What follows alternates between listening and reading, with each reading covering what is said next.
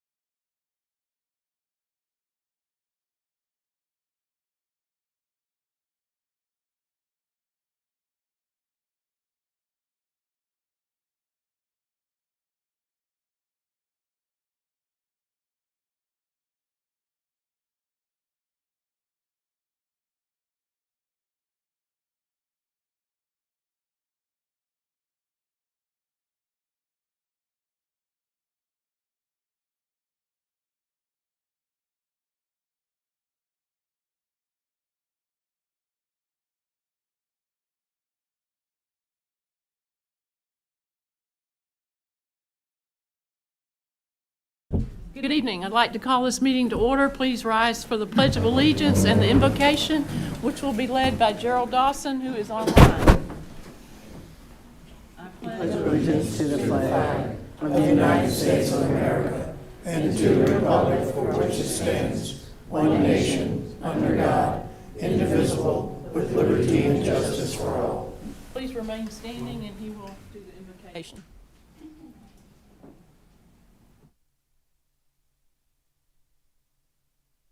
I'll mute. Thank goodness. Can we hear? Can you hear it? Go ahead. Go ahead. Can't hear you. Never works.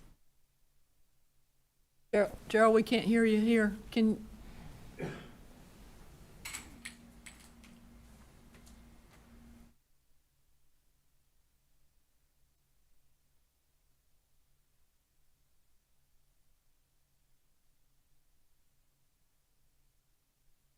Mr. Dawson, can you hear us? Oh, there he is. now we can. I can hear you now. Yes, sir. Go ahead. Where are we? Invocation. Do the invocation. Let us pray. Our Father and our God, we come before you just to give you thanks. We thank you, Lord, for your love and your kindness. We thank you for blessing us to see this day.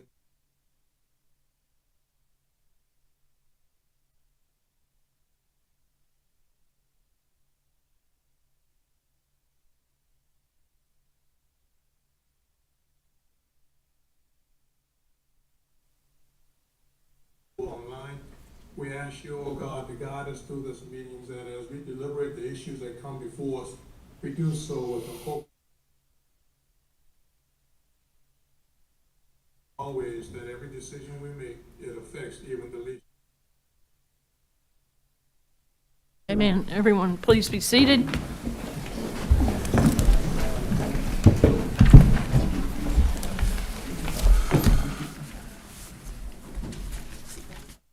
This meeting was advertised in compliance with the South Carolina Act, Freedom of Information Act. At this time, I'd like to entertain a motion to approve the agenda. So moved. Do I have a second? I'll second it. But I'd like to amend the agenda, Madam Chair. Yes, ma'am. I would like to take number 12, that's the green space update, and move it to number 8.5 before public comment for Mr. McShane. Do I have a second for the amendment? I'll second that. Go ahead. It's been second. All in favor of the amendment, signal by raising their hand. And it passes unanimously for the amendment and going back to the approval of the agenda. All in favor of approval of the agenda as amended. Councilman Reese? Okay. All right, and that is unanimous. All right, at this time, we will, I hope everyone had a chance to review the minutes. Do we have a motion to approve the minutes? I'll make that motion. We have a motion by Councilman Larson. Do we have a second? I'll second it, I read them. Okay. Second by Vice Chairman Tabernet. All in favor of approving the minutes? Aye. And it is unanimous. All right. Now, Mr. Mike Moore will do our administrator's report.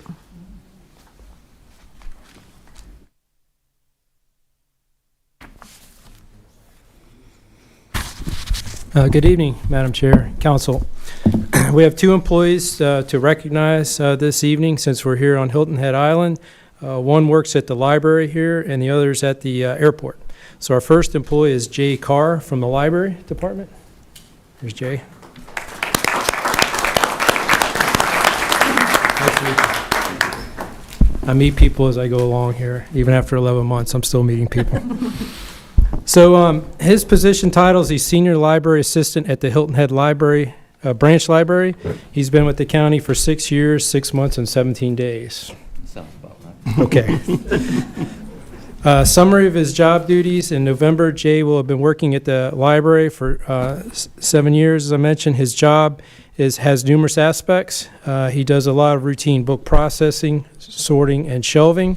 He's also the go-to guy for buffing scratches out of DVD and Blu-ray discs. We still have those, so that's good. And coordinates with the branch volunteers. The best and most important part of the job for Jay is the interactions with the people, be they the patrons, volunteers, or coworkers. The Beaufort County Library's motto is for learning, for leisure, and for life. And as such, the library is a true community center where all kinds of people converge to do all sorts of things, whether check out a book, attend a story time, or to swap plans. And for others, it's a place for after-school study sessions or to print out a resume or a recipe, and Jay values his role as a facilitator for all that. And he appreciates having a job where he provides the services appreciated and has a positive impact, so we appreciate that. Something unique to share, he's always loved libraries and reading. As a kid, he was interested in photography. Looking back, I hope this is what you were saying. He probably checked out every book on photography in his hometown library, which gave him a real leg up when he joined his high school's publication staff to take pictures. That later led him to attending the University of Missouri to study photojournalism, which ultimately brought him to Beaufort County to work as a staff photographer at the Island Packet. He spent 28 years at the Packet and loved documenting the happenings in the community. So when he left the Packet and was looking for a new career, the library just happened to have an opening, and it was the first place he applied for. That's great. And didn't even think twice. No, I didn't. That's good. Having seen in his own life the positive effect of going to the library and what those library experiences can lead to, Jay just felt this would be a great match, and it certainly has been for us. So we thank you, Jay. Well, thank you, sir. Thank you. Any comments? No? Okay, you're good.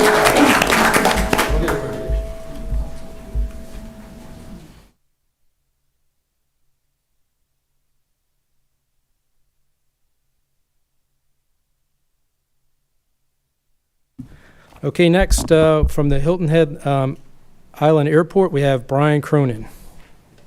There's Brian coming up.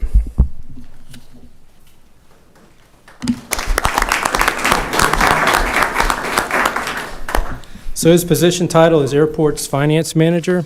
He's been with the county 3.5 years. And summary of job duties, he manages the day-to-day financial operations of the Hilton Head Island and Beaufort Executive Airports, including budget development, expenditure tracking, and financial reporting.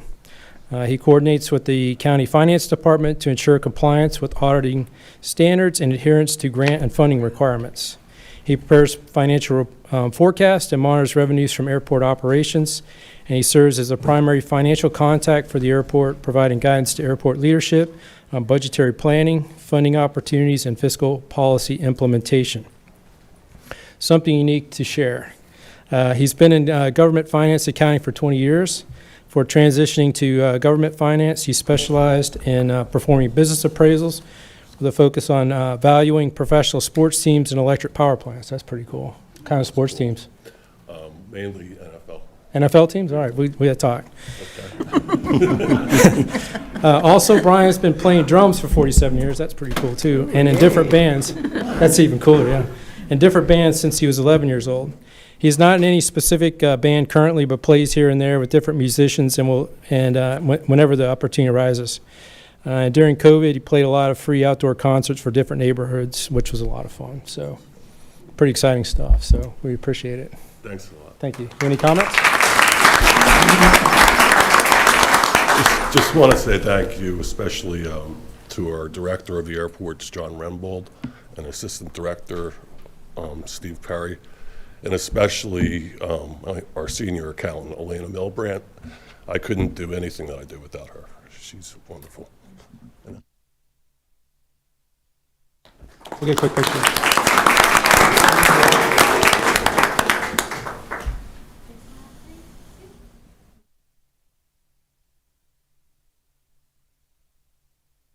Okay, pending any questions, that concludes my report this evening. We only have 2 to recognize. Thank you. Thank you. I neglected to say we had recessed from executive session with no action, but we will meet again at the conclusion of this meeting, back in executive session, Okay. for the public to know. So I forgot to say that when we first started. Thank Okay. you, Madam Chair. Thank you. Thank you. All right. I would like to recognize, we have a lot of elected officials in the audience from the school board and from town of Hilton Head. Y'all want to stand up? If you don't mind, this isn't to embarrass throw you, things but. at you.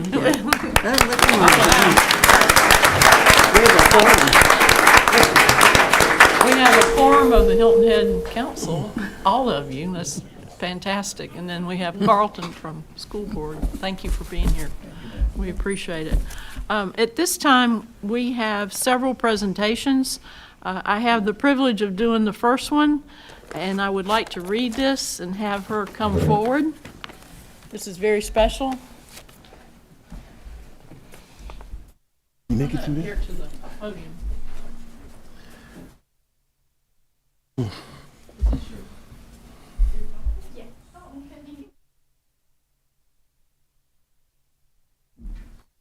Last week, I got to present this at the Bluffton High School awards presentation. Would you like to come up too? Yeah. Okay. And this is Ayla Spiker. Did I say it right? Yes. Okay. And this is an award given by the South Carolina Association of Counties, and it is my honor to recognize a truly outstanding member of the class of 2025 at Bluffton High School. And she's the winner of the South Carolina Association of Counties 2025 Board of Directors Scholarship for Beaufort County.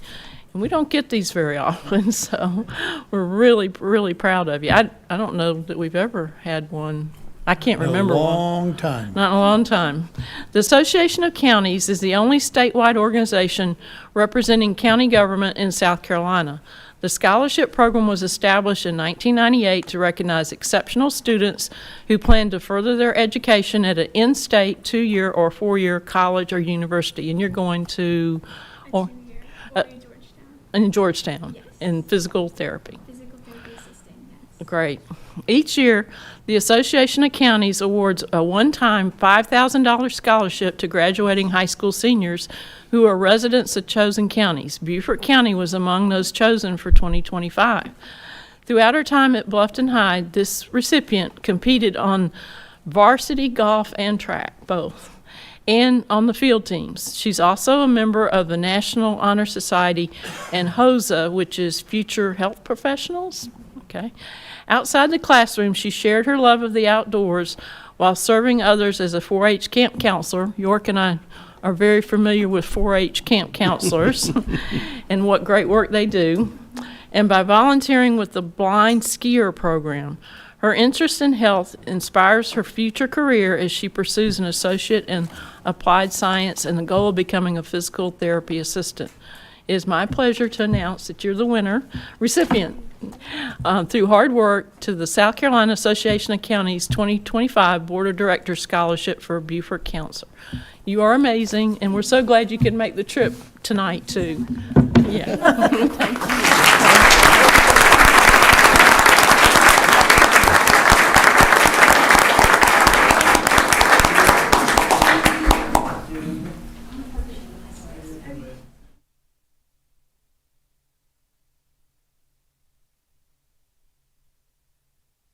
Congrats. Nice job, very good. Yeah. Excellent. For military appreciation. Look out at everyone. Let's see if I can do this. And it's my honor to read this proclamation today. Whereas for generations, the freedom of security enjoyed by the citizens of the United States are direct results of the continued vigilance and service of the United States Armed Forces over the history of our great nation. And whereas the sacrifices of those who served, those currently serving, and the family members that support them have preserved the liberties that have enriched Beaufort County and this nation, making it unique in the world and community. And whereas today the military presence in Beaufort County employs more than 19,000 people and has a total economic impact of over $2.5 billion annually. And whereas Beaufort County is home to over 24,000 veterans, and whereas in 2004, the United States Congress passed a resolution proclaiming May as National Military Appreciation Month, encouraging all citizens to honor current and former members of the U.S. Armed Forces and their families, including those who made the ultimate sacrifice. And whereas the month of May was selected for this display of patriotism because during this month we celebrate Victory in Europe Day, Military Spouse Day, Loyalty Day, Armed Forces Day, National Day of Prayer, and Memorial Day. And whereas on this month and throughout the year, Beaufort County Council expresses gratitude to Beaufort County service members, veterans, and their families who have dedicated their lives in defense of our freedoms. Now therefore be it resolved that Beaufort County Council does hereby proclaim May as Military Appreciation Month, dated this 27th day of May, 2025, and signed by Alice Howard, Chair of Beaufort County Council.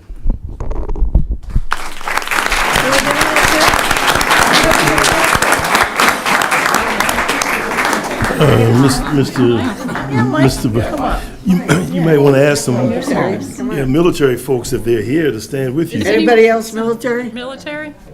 Come on up. There we go. Yeah, John. Yeah, come on up, Robinson. John. Yeah.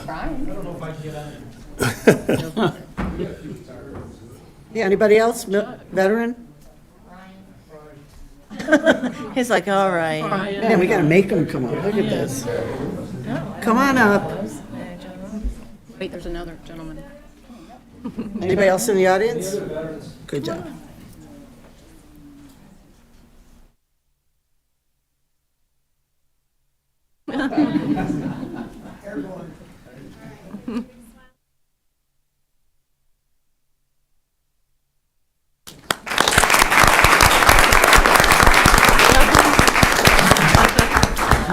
All right.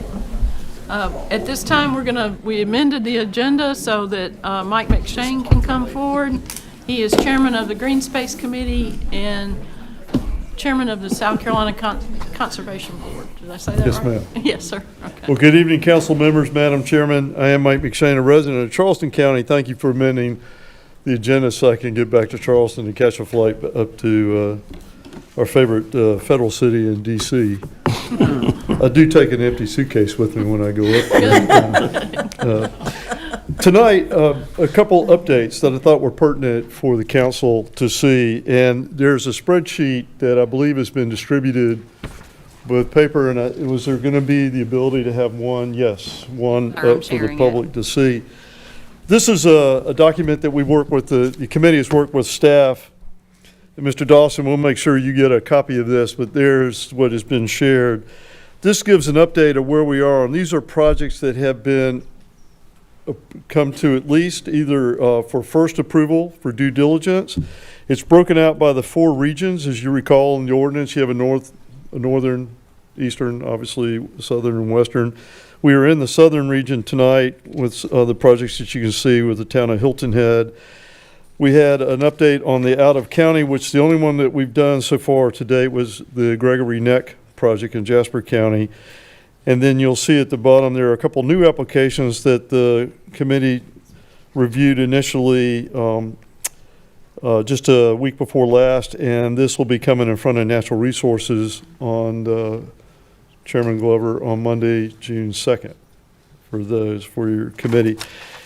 It shows what either the request amount was or what we've approved if you've gone through council approval on that. And what I want to get a sense tonight, is this the kind of information council's looking for? I intend to have the committee see this at least once a month. My recommendation would be at least once a quarter to council, but certainly at your pleasure if you want that more often, or we can start with once a quarter and then you can determine however you want. It always will be available at any request, but this will be a living document that we will use as a spreadsheet going forward. What's the pleasure of council to see this once a quarter, once a month?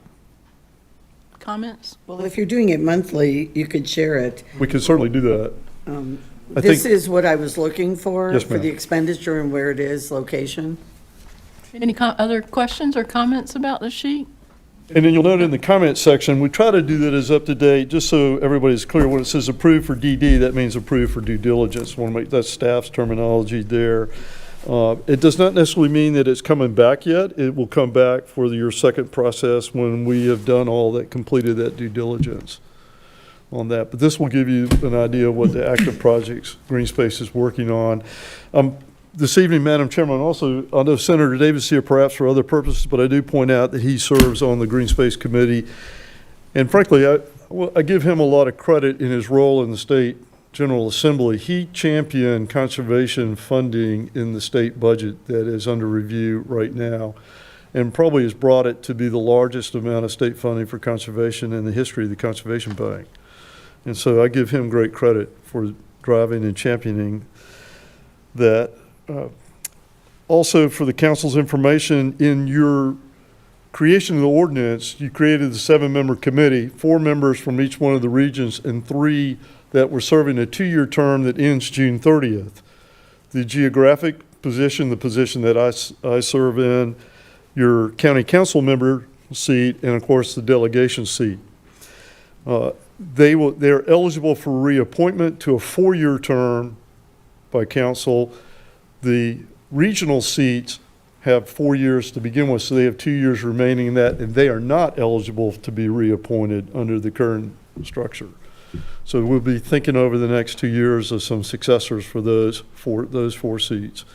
But if, with your permission, we can bring a recommendation, but that's council's pleasure how you want to handle those reappointments. Oh, that would be great. If you select those reappointments. Reappointment. Yes, sir. That'd be Not being great. presumptive here. And I think one of our other council members had a comment. Rent. Back you up just a minute. I want to thank you, Senator Davis, and the staff, the committee, for all that you've done. We started with that Mitchellville 26th and that Beach City Road, phenomenal work. And if I'm not mistaken, when these appointments come up, or it goes by district. So I'd like to make sure that the district here, 11 on Hilton Head Island, has the ability to apply for those positions. Is that? Well, it's by region. It's by region. So there are 4 Absolutely. regions. 4 regions. Yes, sir. Yeah. So you have a southern region, which would 2 years. include Hilton Head, Excellent. western region, which is principally Bluffton, northern region, which is typically obviously the northern part of the county, and then the eastern region, which is typically Ladies Island and the islands. That there. comes up on match board, correct? Yeah. I mean, when But that, they have a four-year term. Those have 2 more years and they're remaining still on have their 2 more term. thank you, years. yeah, Yeah. good. So So it's we'll the keep an 3 eye on it. positions would be the geographic position, which is not limiting you to having to be a resident of the county. I'm an example of that. Your delegation member, which right now is Councilmember McKellen, and your delegation member, which in the case today is Senator Davis. Sure, good. Madam Chairman, I don't have a problem with the recommendation coming to renew there whenever it 2 comes. year, okay. Yeah. Yes, sir. I have a question for Mr. McShane. Oh, it's gone. On the western region, the last one, the Buckwalter PD, what happens, it says here, the staff has reached out multiple times to the town in the last couple of months, but has not heard back. What happens if you don't hear back? Does this application drop? What happens? In generic terms, if we don't hear back from the applicant, we'll suspend it. Reserve the right, if they do come back, we can make a decision then, whether it was with bias or without bias, do we have them go back through the application process? In this case, Senator Davis and I have reached out to the town to have a conversation. We meet on June 13th in Bluffton Oh, okay. as a committee, and so the senator and I have asked to meet with the mayor and his respective staff to talk about that particular track. Any other questions for Mr. Well, I McShane? didn't finish up. I just want to say that this committee is just getting started, so they got a lot of wrinkles to kind of iron out. So I think the leadership here should continue. Yes. I totally agree. Outstanding leadership. Thank you so much for agreeing to stay around a little bit longer. Yes, ma'am. If, I serve at your pleasure. How long do you serve at your pleasure? My pleasure Right runs now, I'm long. only to June 30th, but if you decide to go further, that is your choice. You and the administrators. all right. Well, we hope you have a safe trip to Washington DC and come back with a suitcase of funding for conservation. Conservation, will do. Yes, sir. Thank you. All right, thank you. Thank you very much. Thank you. All right, at this time, we will have public comment. I'd like to read the reminder. We had 10 people show up, or sign up, I should say, not show up. Every member of the public who is recognized to speak shall limit comments to 3 minutes and observe the following protocol. Address the chairman, and in speaking, avoid disrespect to council and any personalities. Confine themselves to questions under the jurisdiction of the council, and be mindful and respectful of those who are present and others who may be watching on television. And in order that the people signed up, the first person to sign up was DJ DeLong. Please come forward. And the next person, if you want to go ahead and be ready in the wings, is Felice Lamarca.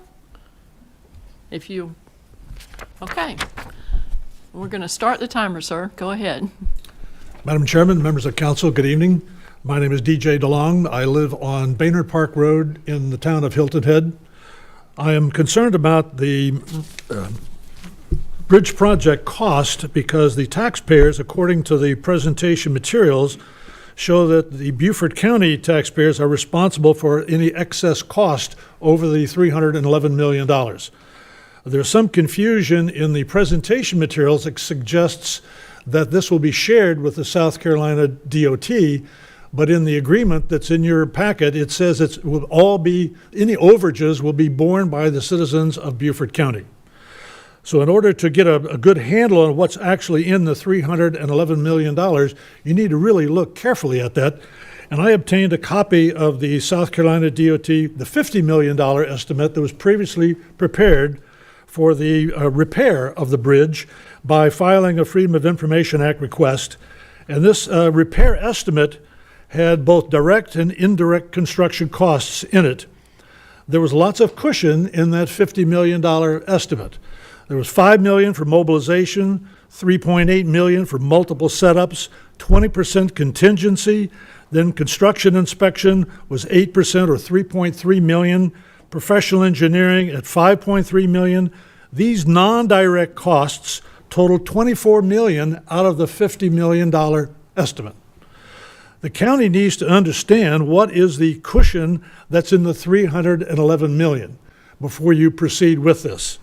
You need to understand what are the manageable costs and what are the hard direct costs. More importantly, what is the inflation impact on the $311 million between now and November of 2027? Who's going to be, that could be as much as between 5 to 10% further inflation in that period. So there could be another 15 to 30 million added to the 311. So you really need to look at very carefully about the details of who's responsible for any overages on the 311.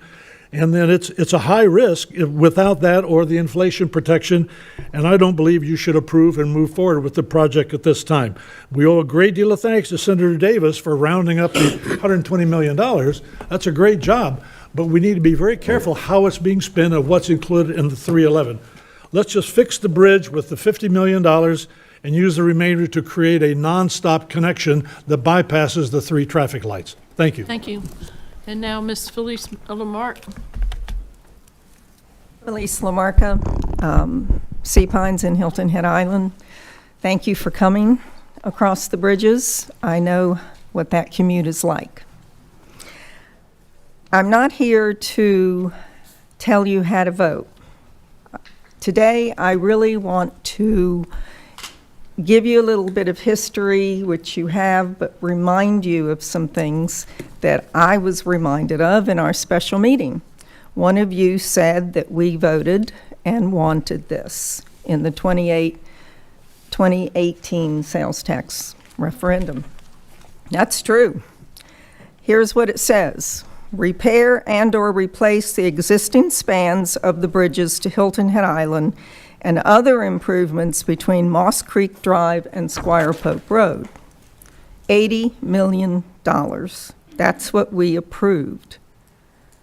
We did not approve what council did after that, which was morph the project into a $500 million superhighway to Hilton Head.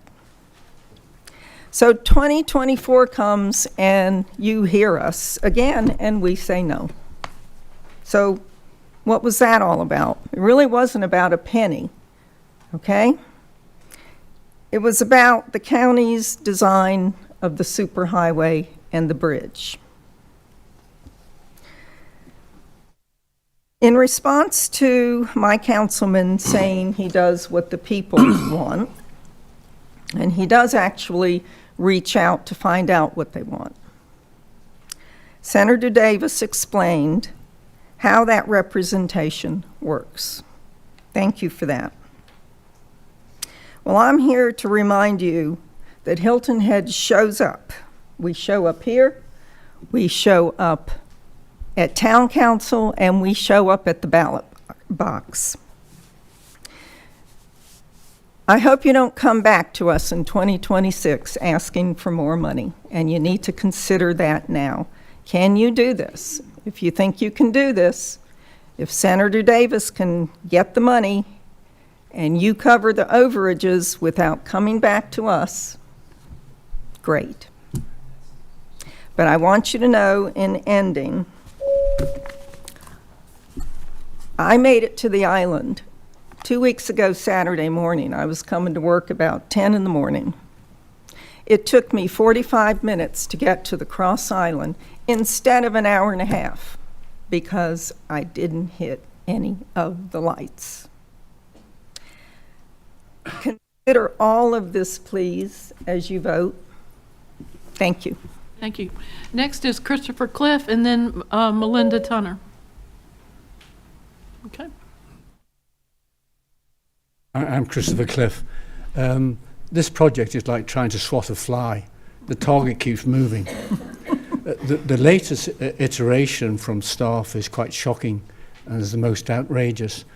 At a stroke, you trash volunteers' hundreds of hours of effort, trash it. You renege your promises of the 2018 referendum, and you totally ignore the recommendations of 2 independent consultants who said quite distinctly the improvements on island were critical to achievement of project objectives.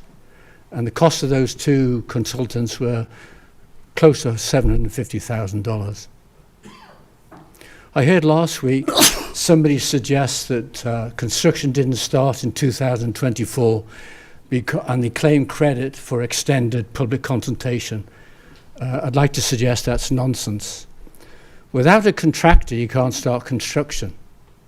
Without mobilization of contractor, you can't start construction. You can't mobilize a contractor unless you select one. You can't select a contractor until you actually issue a PRF, do you call it? You can't put together a PRF until actually you've furthered the design and engineering beyond 30%. You can't actually extend the engineering and design beyond 30% until the federal authorities grant you a finding of no significant impact. They received the application, the environmental impact statement, in June 2021. Here we are 4 years later, and they still haven't granted you approval. That then brings us to the project schedule that Jared, and bless him, he's worked so hard, has produced. It's a nonsense. It's almost laughable. Look at the dates they're allocating to achieve various objectives. The track record is you've missed every target, not even close. We can't agree on design. Last June, we spent 30 hours in the chamber in Hilton Head Town discussing a memorandum of consent. 30 hours. It was published with 32 conditions attached to it. You totally ignored it. You've now come up with this proposal, this iteration, which is the most outrageous, and frankly, it means you can't trust Beaufort County councillors. Very sad to say that. I'm new to politics, but this has been an illuminating experience for me, actually. You can't trust Beaufort County. Thank you very much. Thank you, Mr. Cliff. Next is Miss Melinda Tunner, who is on Hilton Head Council. Thank you for the opportunity to speak tonight. So a lot has happened in regards to this project since our meeting last week. The scope's been further reduced. There's been new design work, updated financials, and a revised resolution, which you're going to vote on tonight. From a Hilton Head perspective, this is a bridge replacement project only. And all mention and dollars associated with the Hilton Head corridor work have been removed. I know there is conversation about outlining our master plan, and the coalition and Senator Davis has made it clear he will look for funding. But I worry about how long that's going to take given the experience of this project and what that means to our community. In your letter to Chairman White of the SIB, under clarification on IGA scope, it mentions that the scope remains consistent from the original application and stated purpose: to increase capacity and reduce congestion along 278 from Moss Creek Drive to Spanish Wells Road. This will not happen until the corridor work is completed in Hilton Head, which is no longer part of this project. Perhaps there are lessons learned to make the funding go faster for the corridor, but the changing climate of federal and state budgets and resident sentiment is going to make it that much harder. I did have some questions regarding the changes in the design. I have two questions.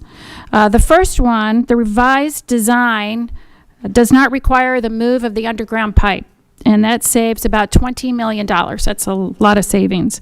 So I'm really curious to hear, as you present tonight, how that was accomplished. Does that mean that the bridge is in a different place than the previous plan? And if so, are there any impacts we should be aware of? And does this change have any impact to the future westbound design? So I'd love to hear more about that if possible. And second, I had a question regarding the Pinckney Island access. It's not quite clear to me how that will be built, although it's listed as an underpass. Will this new underpass be the ingress and egress for both eastbound and westbound traffic to Pinckney Island? Or will the median openings we have today at grade level still be available? So questions regarding those two items. Lastly, my last comment is there's a lot of risk associated with this proposal per the agreement. All cost overages will be the shared responsibility of the DOT and the county will be on the hook for all the SIBS payments if the project is not completed per the timeline. This gives residents some pause as they think about who would ultimately pay the bill. Thank you. Thank you. Next is Richard Busy, and then Steve Alfred. Good evening. My name is Richard Busy. I live on Hilton Head. As you all know, the bridge and the 278 corridor have been under discussion for almost 8 years, or more than 2,900 days. Beaufort County hired at least 3 consultants, spending untold thousands of dollars, developing what they thought were the best plans. The town of Hilton Head spent about $500,000 on its traffic consultants. Then the town put together a citizens advisory committee who ultimately did not endorse the consultants' recommendations. Nonetheless, town council approved a memorandum of understanding with this Beaufort County Council to move forward with the plan. That plan would have seen a massive aircraft carrier slab bridge with 11 lanes, destroying the entrance to Hilton Head Island, and a 6-lane highway through the north end of the island. And the only reason those plans never happened, let's face it, because enough voters saw through all the BS and rejected the sales tax referendum last November. You had 4 town council members express support for option 1 at your meeting earlier this month, but option 2 was approved. It spends all of our 2018 tax referendum funding on 2 new eastbound bridges and connections ending at Windmill Harbor. It'll cost more than $300 million to be completed by December 31st, 2031. This at least solves the Mackey span safety concerns and kills the mega bridge, but it's a bait and switch from what we were led to believe included congestion relief for the Hilton Head workforce and its residents.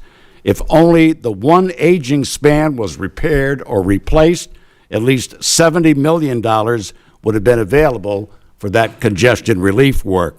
Now, most of us know, even those of us who are not engineers, and I don't think there's any engineers on this county council, the traffic congestion that thousands endure every day is caused by 3 traffic lights and a failing merge with the Cross Island Parkway. This resolution is a colossal bait and switch that doesn't solve our problem, binds us to additional local taxes if the project goes over budget, and we know it will. It binds us to additional local taxes if the project is not completed by December 2031, and that probably will not happen. The track record of this county council and your vote tonight will definitely impact your Plan 26 referendum. And like it or not, the Beaufort County Council is the most maligned council in South Carolina, known for your secrecy. The voters simply do not trust you. Thank you, Mr. Busy. Next is Steve Alfred.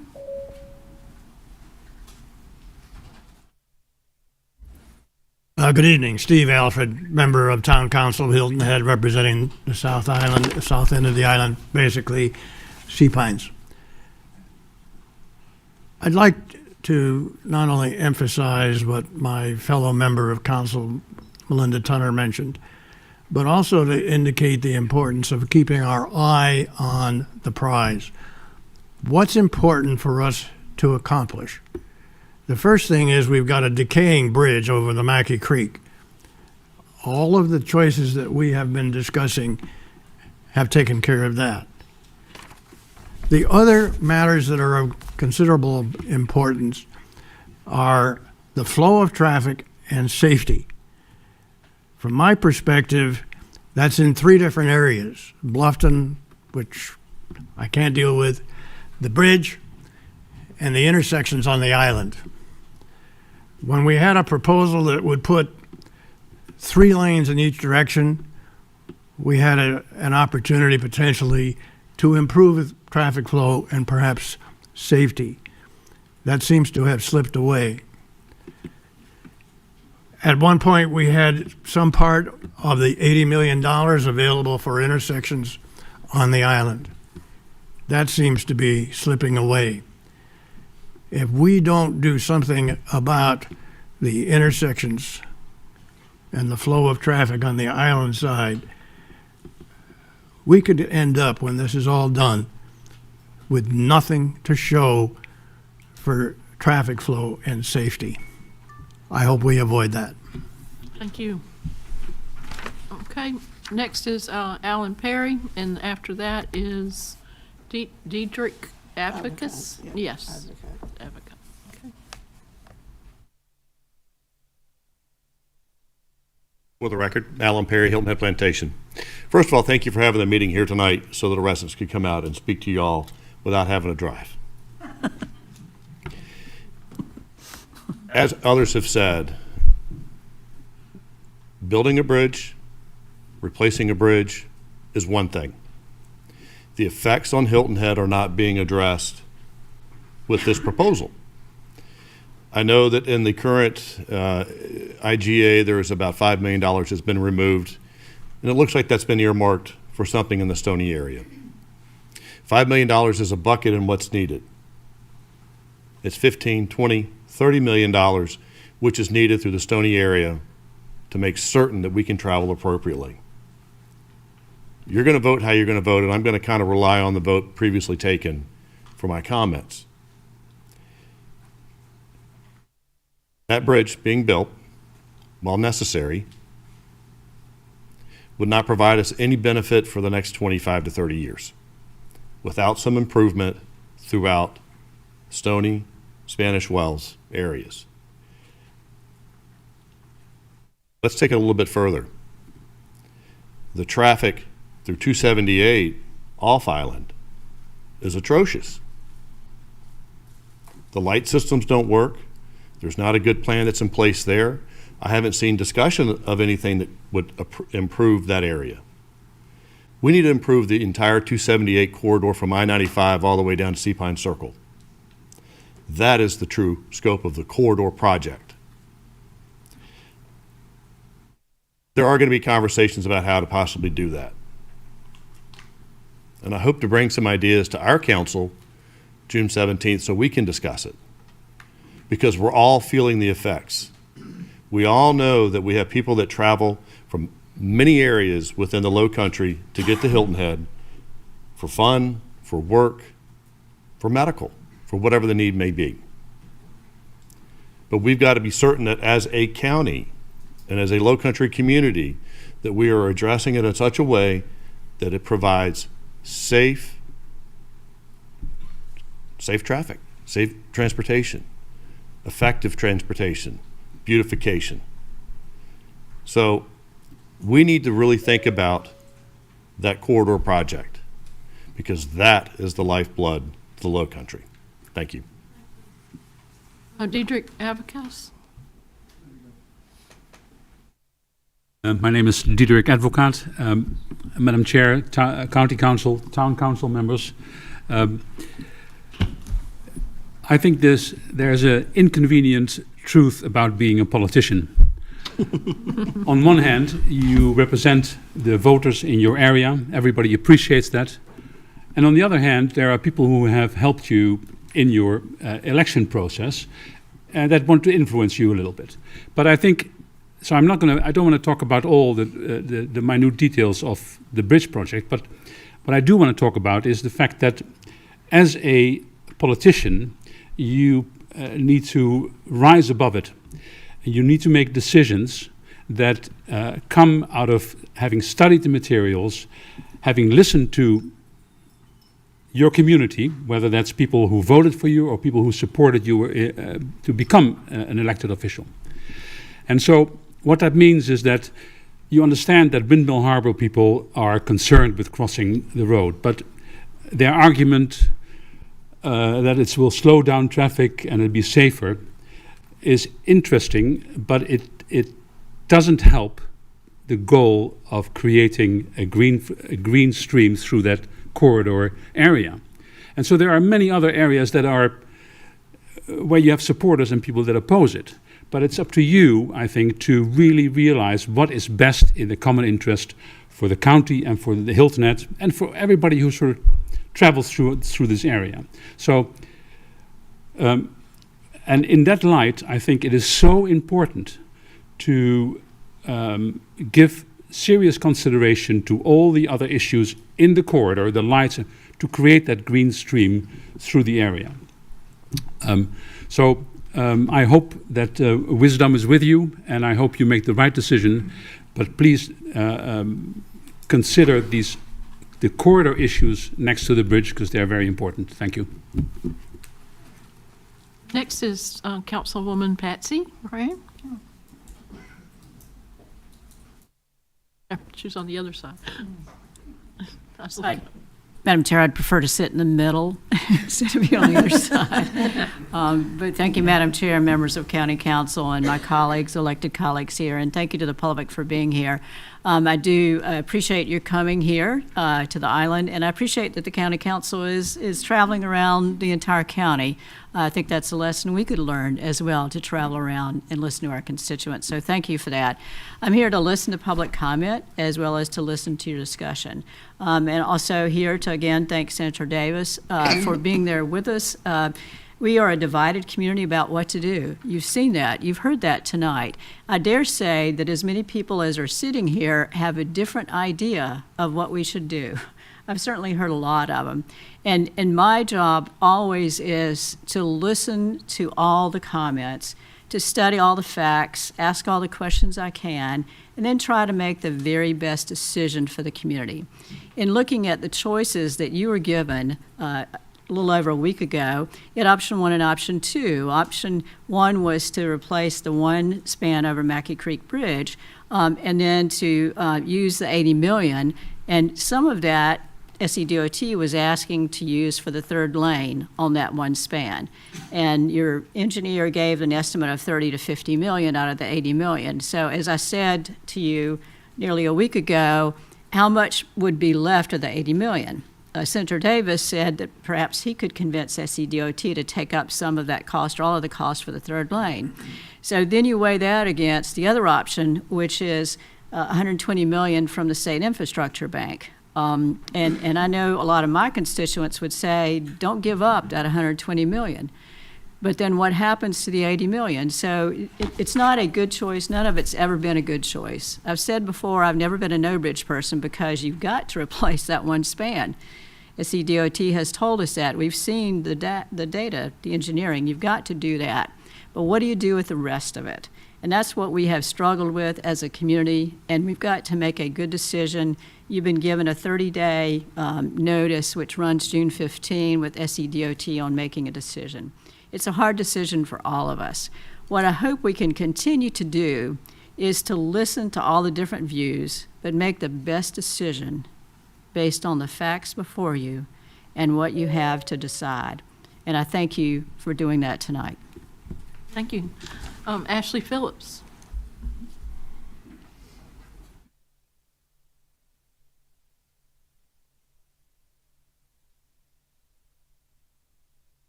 Hi, Ashley Phillips, Indigo Run, here on Hilton Head. So I just have a question for you tonight. Are you really willing to vote on an agreement, that will bind Beaufort County taxpayers for an undetermined amount of money for a bridge that we can't guarantee a completion date on as well? And if that completion date is violated, then the taxpayers have to pay back the $120 million to the SIB and the overruns. I don't think that's a good thing. And a lot of people I've heard tonight don't agree with that either. I think it's very risky. So I'm asking you not to vote yes on this agreement. Let SCDOT replace the one defective bridge span and give the town of Hilton Head the agreed upon money from the 2018 tax referendum to help fix the dangerous intersections and traffic congestion issues on the island, which will actually help the commuter times. Thank you. Thank you. Okay. Did anyone that came in late want to sign up for public comment? Okay, we have 3 people. Mr. Campbell, can you sign in when you come forward, Mr. Campbell? If you don't mind. All right, and we had Tammy. Miss Tammy and Stu Rodman. So.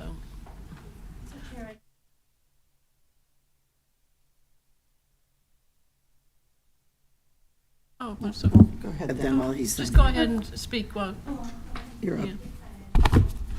she did. I'd missed it. That's okay. Thank you for the opportunity. I apologize. It's perfectly fine. Thank you for the opportunity and welcome to Hilton Head. We love our residents and we love the visitors and our neighbors who come.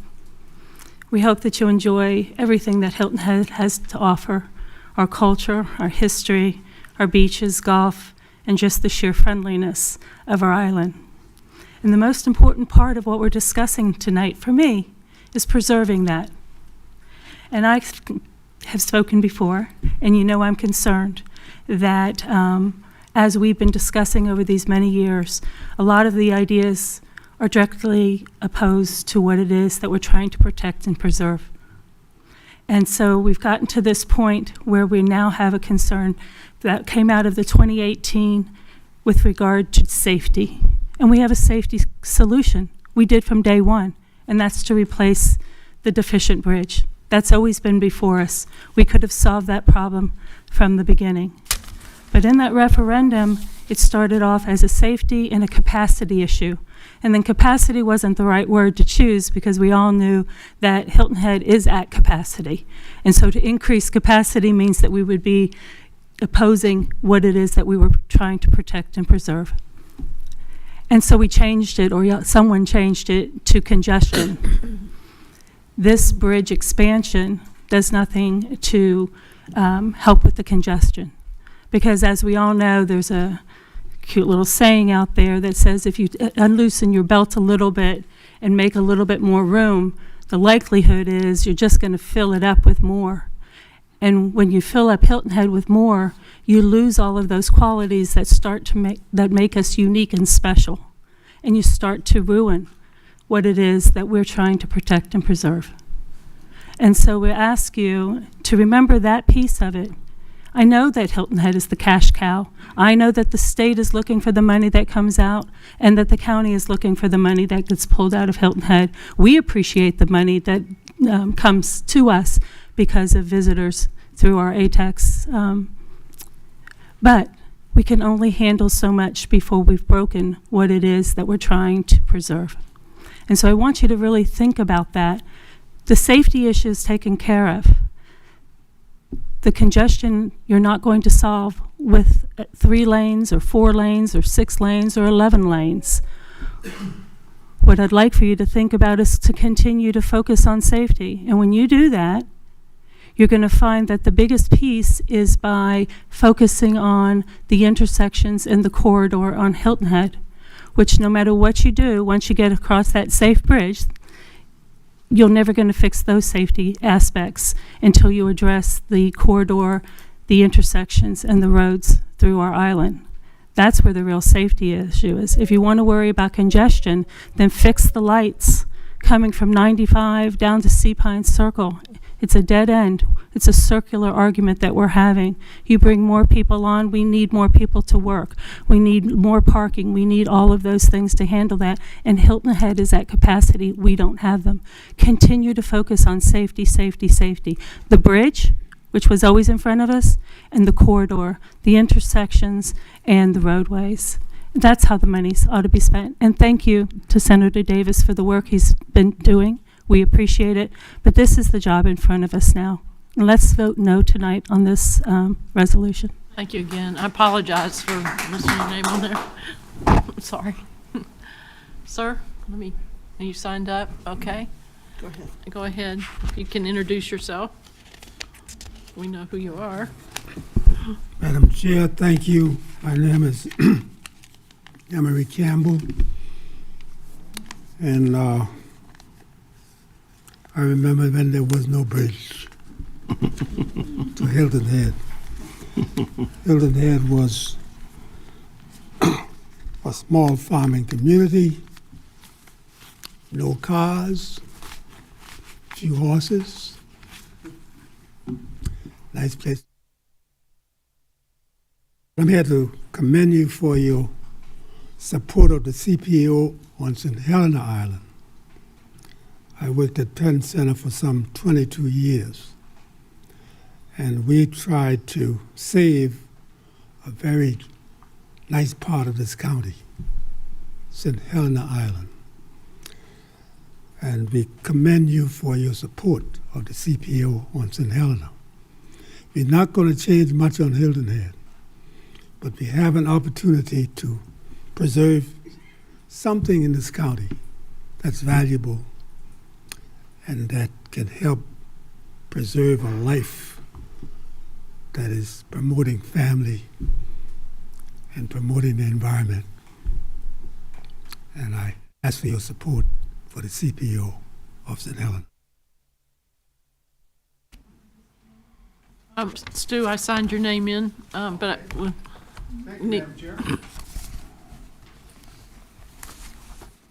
Chair, council members, Senator Davis. Pleasure to be before you. I think your option is option 1 or option 2, as I understand it. I would strongly recommend that you go with option 2 as you voted on the other night. It was a beautiful design to cost approach of the money that was available. You end up with that single span, and you still keep the old bridges which provide the access to Pinckney. Problem with option 1, which Senator Davis laid out some very compelling arguments, including the loss of $170 million, which is not easily recovered. The other piece, think about it, although there's one structurally deficient bridge, the remaining 3 bridges do not meet code for earthquakes and possibly for a hurricane. So think about it. If you had option 1 in place, replace the 1 bridge, you've still got 3 bridges that if a hurricane or an earthquake took out any one of those 3 bridges, you would then be reduced to 1 lane in each direction for years to come. And essentially what you would do is you would put this island, and to a lesser extent, the county, in a death spiral. The other piece to think about is, I know you're thinking about a referendum in 26. I don't believe you can pass a referendum unless you fix the problem with the bridge, and I think option 2 is a step in that right direction. If option 1 is in place, the argument against it is we've squandered $300 million, we've wasted 8 years, the conditions are getting worse, and there's no solution in front of us, and I don't think that's explainable to the voters. If you then came back at that in the referendum and put option 2 back in place, that $170 million, given a couple years and the restart's probably $250,000, which would eat up most of your referendum. So I would strongly encourage you to do option 2. 2 other comments that I would make, Madam Chair. It does seem to me that to make the decision for option 1 might very well be the worst decision that's ever been made in the history of Beaufort County. And for anybody that would vote against it, I think they owe it to the citizens to say why they would vote against it. Secondly, a kind of a minor one, but a tweak. The plan on the eastbound bridge, as it's proposed in option 2, is to stripe it for 2 lanes. What that means is that coming off the flyover, it narrows down to 2 and continues 2 across. If we were to stripe that for 3 lanes, you would then move the merge from at the foot of the flyovers to east of Windmill Harbor, which would then give you 3 lanes. If you break down, you got 2 flowing, 1 down, and it would also solve the problem because at Windmill Harbor, at least on the eastbound, because you got 3 lanes going through. Thank you for the time, Madam Chair. Okay. Next on our agenda is our liaison and committee reports. We'll start down at the end with Mr. Passament. Do you have anything to report? No. All right. Mr. Bartholomew? Went to a solid waste and recycling board meeting the other day. I reiterate that if you have anybody that would like to apply to be on that board, please get the word out. They didn't even have a quorum at first when they started, so. Is it by district or by area? I forgot. It's by district. It's not our district, it's a solid waste district, so it's a little bit different, but I think at this point they're welcoming anyone that wants to apply. So. Thank you. Ms. Tabernet? So I attended the South Coast Cybersecurity Conference. A lot of things were over my head when they started talking about all kinds of technical things, but it was very interesting about emerging threats to critical infrastructure, strategies, and the computers. Also, Alice and I and Mike attended the Mayor's Administrators Town Managers meeting in Beaufort City. We discussed various topics of interest to all municipalities and the county, such as the referendum and possible projects from 2018 that we're working on. The County Transportation Committee met last week. They had an update from SCDOT on their current projects and on dirt roads, which we all heard about, and the 8-year preservation and resurfacing projects. And thank goodness, the Bluffton Parkway resurfacing. My car appreciates that. Beaufort County School District, they could give the report. Half of them are here. I saw Dr. Rodriguez came, Colonel Geyer, but they nominated Carlton Dallas, the vice chair, to serve as South Carolina Board Association Director for District 1. So congrats to you. And the South Carolina Association of School Administrators 2025 Lifetime Achievement Award, which is a big thing, went to their Chief Administrator and HR Officer, Miss Alice Walton. And I mean, Dr. Rodriguez sang her praises. It was very impressive. She well deserves it. The school board also recognized Teachers of the Year of every school and Support Staff of the Year. And the most important thing they did, Ms. Crosby's here for that, they certified the 25-26 budget of $376,980,000 with an operation millage of 126.1 mils. It was a unanimous vote. And then they certified the 25-26 debt service budget, fund budget of $108,300,368 with the debt service rate of 36.3. That was their certification, and the first reading is before council tonight, and I see a bunch of people from the school district. So we appreciate all their work, yes. Thank you. Councilman Brown? I don't have anything, thank you. Councilman Flores? Nothing for me. Thank you. Councilman Glover?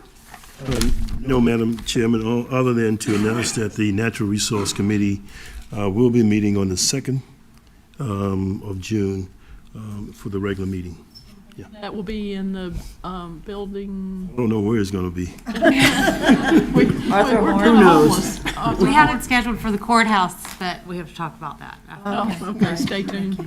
All right, do you have anything? No, I'm all set. We're all good. All right, now. When you say the courthouse, you're talking about the current courthouse. Okay, not the old courthouse.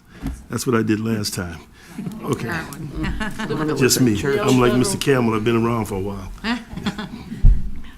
Okay, for many of you, this is why we're here tonight. We're going, our administrator, Mike Moore, is going to talk about our agenda item number 11, which is. Motion on the floor first. All right, would you like to make that motion? Yes, ma'am, I will Wait. make that motion. You have to read the ordinance first. A resolution of Beaufort County to redefine the US 278 corridor project, also known as the William Hilton Parkway Gateway Corridor Project, to align with available funding. Physical impact, the revised project plan remains within the available funding, ensuring financial feasibility. Okay, and we had a motion from Councilman Passmore. Do we have a second to just open for discussion? Okay, I'll second it. Okay. I have a motion to amend. Okay. My motion to amend the proposed We'll wait amendment. Oh, sorry, you have to vote if you want to put it on the floor, yes. All in favor? All in favor of putting the motion on the floor? I'm sorry, will you be voting on the motion? On the motion. Just a motion to discuss. No. To discuss. Oh, discuss. Okay. Motion to No. discuss, all in favor? All right. We have a motion and a second. So, yeah. It's not a motion and second to discuss.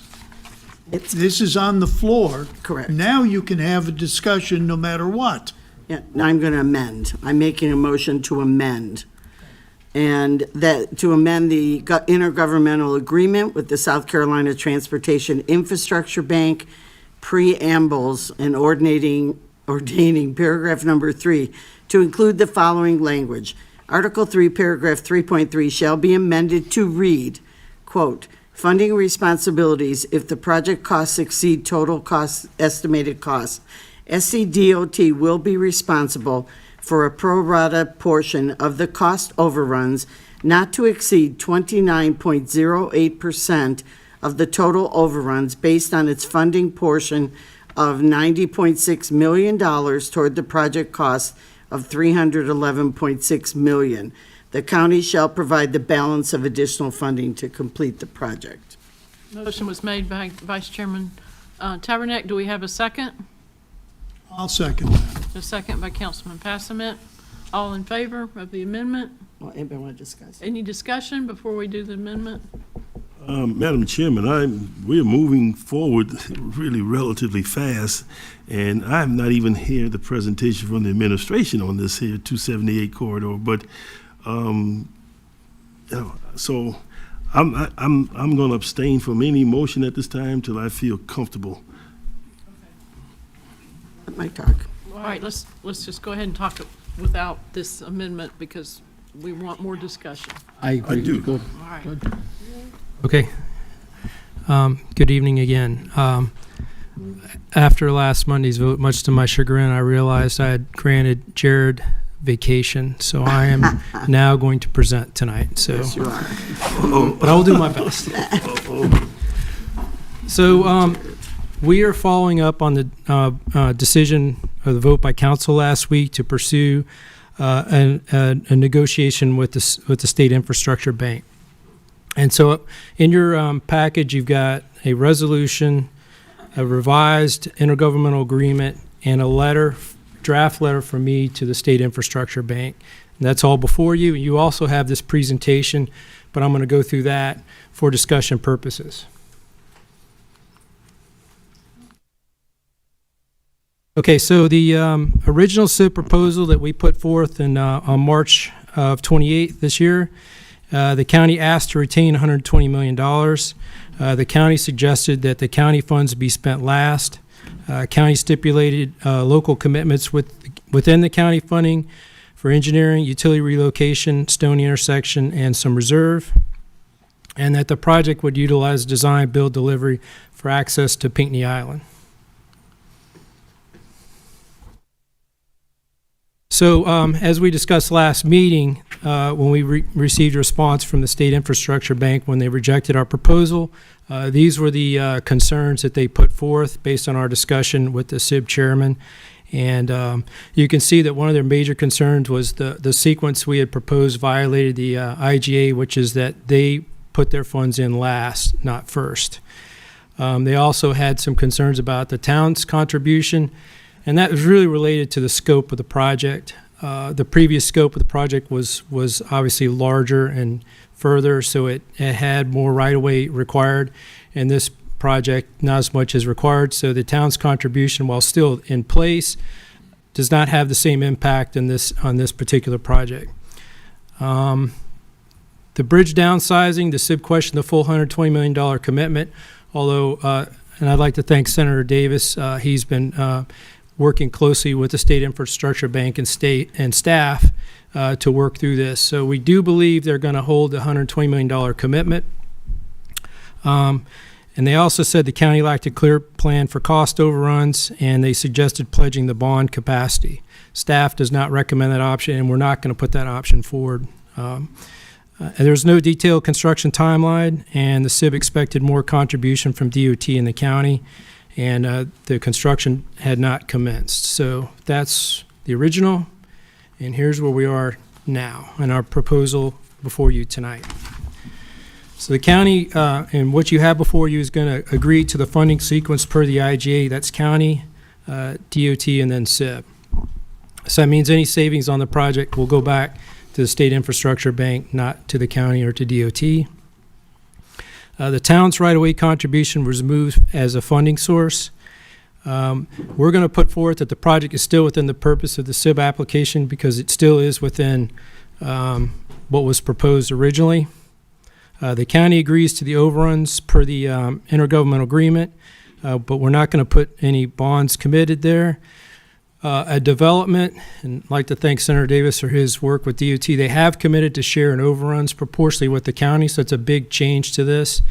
And so we were glad to hear that from Secretary Powell that he committed their portion of the project. They will cover the overruns on that.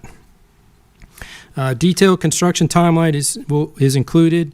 Completion date end of 2030, but we're going to propose to add additional time, as was stated earlier.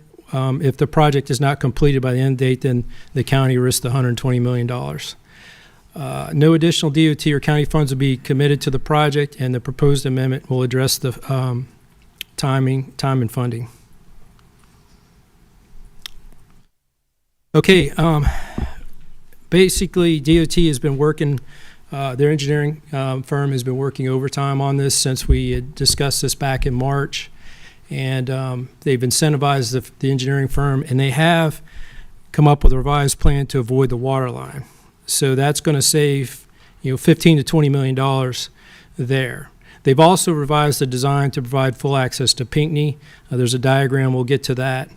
The project will go back to a traditional design bid build, so that will eliminate schedule risk and also eliminate any additional potential for unknowns when it comes to the ramp and some of the other parts of the project. And then we're going to define the project limits from the Bluffton Parkway flyover to Windmill Harbor. So that'll be the project limitation or limits. And then before you is the project funding. County contribution is $101 million. DOT's contribution is 90.6. That remains from before.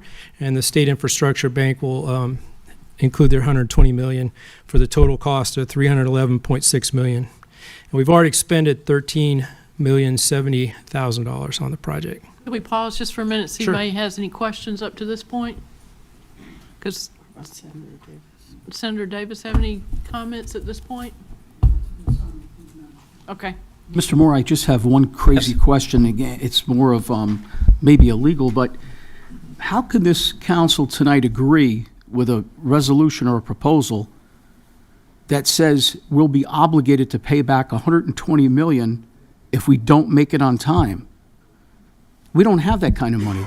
The referendum was voted down. How could we, what are we, given our word? I mean, how does that work? Yes, council will be committing to having the project finished by December 31st, or the risk will be the 120 months not granted. But where does that money come from? Obviously, the track record of this council for the last 8 years has been, we haven't delivered anything. Council's already agreed to that. That's already in the basic agreement. Right, so that's not changed. The overrun commitment is unchanged from the original IGA. But why would the SIB agree to something like that when this community said no to the referendum? I mean, we said we're not going to Can't really raise speak for millage. the SIB. All I can say is that the SIB agreed to this contract with the county on the hook for the overruns. Understood. But I just wanted to see how All right, let's go incredible. Thank you. forward. Okay, this is the revised project. We've discussed this before. It's essentially option one, and it's got the single structure, the single span. It's going to replace the Mackey Creek span, and the retain the eastbound Skull Creek Bridge. That will be retained. The new span will be the eastbound span. The 3-lane bridge striped for 2, as was discussed earlier. Essentially, that's all unchanged from before. And then this graphic was provided by SCDOT to kind of highlight what they're looking at for Pinckney Island. This would allow for an on-ramp onto the east. It allows for off-ramp on the eastbound as well as on-ramp to the eastbound lane, so you got access there. And then this road, it's hard to tell from the diagram, but it would go underneath the new span because the new span will be raised, and then it will be at grade with the current westbound span. So the eastbound span will be elevated, and that would go underneath it and then reconnect with the westbound span at grade. And it's difficult to read, although you could probably read it better on your in your materials we sent out. But the project schedule has been provided by SCDOT, and essentially the project they're projecting would be complete by January 2031. We've added some additional time in the agreement to any weather delays or anything else to cover the county there. And construction essentially would start in March of 2028, with everything before that on schedule as it is today. So with that, we can go any questions on schedule or any other questions you all might have, unless Senator Davis would like to make any comments. Senator Davis, would you like to make any comments? This was in the last 7 days, quite an effort. Well, yeah, 7 days of hard work. Great work by Mr. Moore and great work by Mr. Fralix and your entire staff, Madam Chair. I think he gave it an excellent summary. By way of response to some of the comments that were made during the public comment period, I agree with all the points that were made in regard to this proposal not solving the congestion problems. The on-island piece is, of course, critical from Wimble Harbor to the cross-island connector. I mean, that needs to be done. I guess what I would say to each of the town council members that came up there and made that excellent point is, give me the plan. Tell me what that master plan is. You've had 6-7 years to come up with that master plan. If you come up with it and you engineer it and you cost it out, I can help you get the funding for it. I can't get the funding for something that is simply an idea in 7 different people's heads. So again, and this goes back to what I was saying a couple years ago, focus on what you want that master plan to look like. We can get you the funding for that, whether it's SIB, DOT, general fund, LATS, federal, whatever it is, we'll put it together for you. But you got to tell us what it is. I am not saying that this bridge, this 3-lane span, this eastbound span, is going to solve that problem.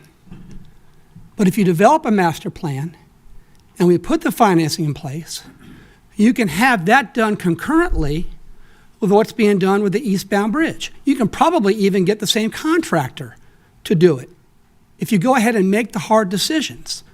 But they got to make hard decisions on what they want it to look like going through Stony. Do they want overpasses? Do they not want overpasses? Do they want lights? Do they not want lights? Those are hard decisions that only the town council can make, meeting with their constituents. Okay? We in the delegation can help get the funding, but we can't make that decision.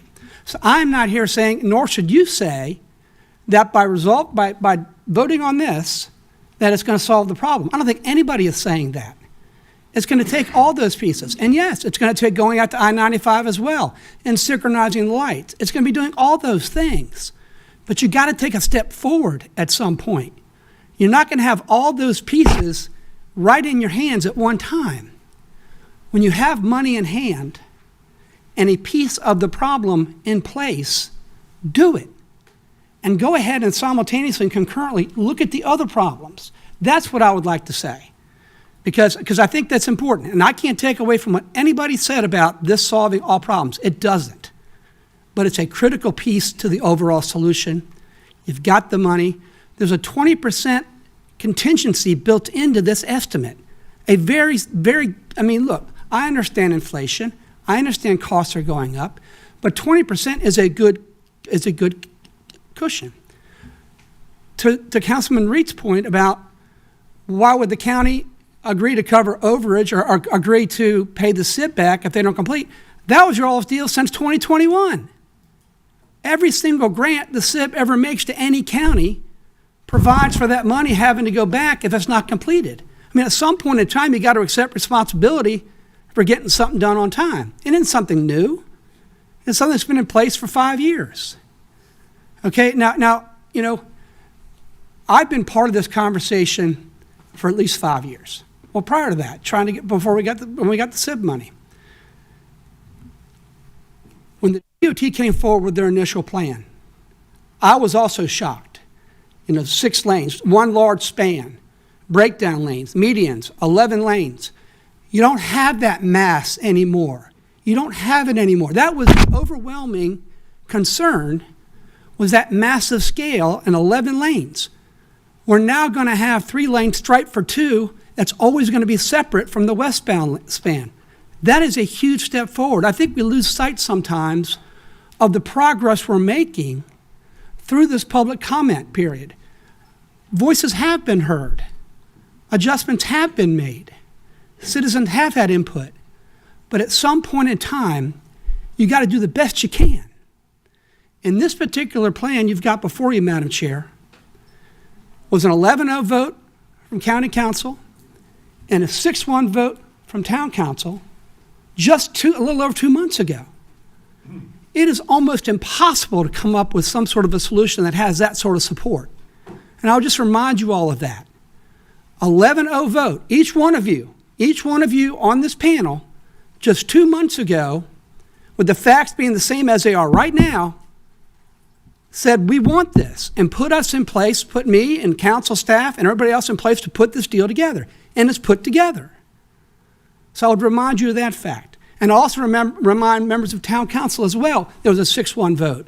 Now I understand there is the temptation to think that if this falls apart, we can reach in and get that $80 million and put it on the island and solve our problems much more quickly.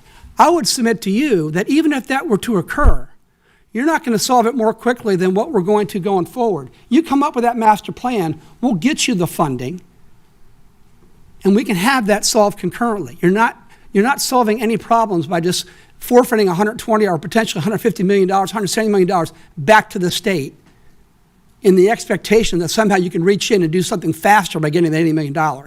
It starts with a master plan. It starts with the town figuring out what that is. Thank you, Madam Chair. Thank you. Okay. Any other questions for our administrator? I have a comment. Senator Davis, I think, cleared up several people that talked tonight, and that is repaying the SIB if we're not on time. That's been, he noted, since 2021. It's standard operating procedure. So that's the string attached to the $120 million for everybody that takes the money. So I appreciate the senator clarifying that for everybody, because I think that was Mr. Reitz's comment about repaying the SIB.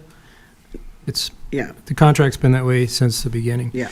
And I would just add on the motion, the amendment that was made, that 29.08, that would be DOT's share of any overruns. So they would share with us close to 30%, 29.08 and an overrun. And we did not vote on that amendment because we wanted to have this explanation Correct. before then. I just wanted to Do you clarify have a that question? point. Yes, I do, and I know this is hearsay, but I had heard that it was going to be a 50-50 split between DOT and Beaufort County for overages. When did that? Well, I think there was some discussion last week. It would be an equitable split, but when we clarified that with DOT, they clarified very clearly with us. Gotcha. It was limited to their contribution. And Senator Davis was part of that discussion as well. So In my head, hearing that 30%. you did hear that earlier, but we clarified Okay, it I know it's been a with week. their attorney this morning. Okay. I know it's been a week, so. Yes. I'd just like to make a comment that between last week on Monday, what I had heard Chairman White say has done, in my mind, a complete turnaround for where we are today, so that the $120 million is actually a reality.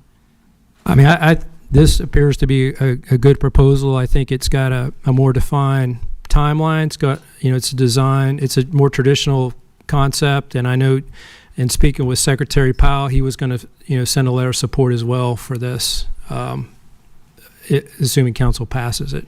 And I'd like Logan, did you have a comment? Sorry. Yes, ma'am, whenever you're ready. I have one other comment. Removal of the costs of moving that water line was huge too. Yes. For me. Right. It essentially offsets the ramp for the Pinckney. It's essentially. Right. Councilman Cunningham, go ahead. Yeah, one question that comes up, Madam Chair. My question is, so just to understand this breakdown of DOT with overage.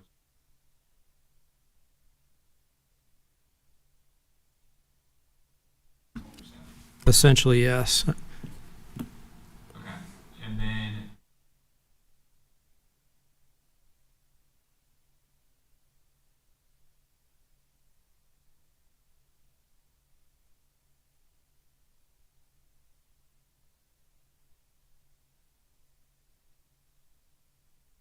I think I understand all the work town council has put in on Hilton Head.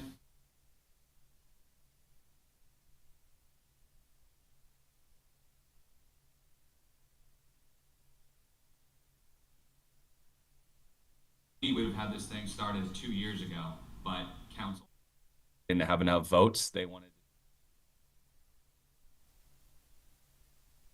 to grant that Now we're 24 months down the road. Everyone wants to say that county hasn't spent the $80 million yet, hasn't moved on. So I asked county council when we came into this, for the board to make this between county council and SCDOT.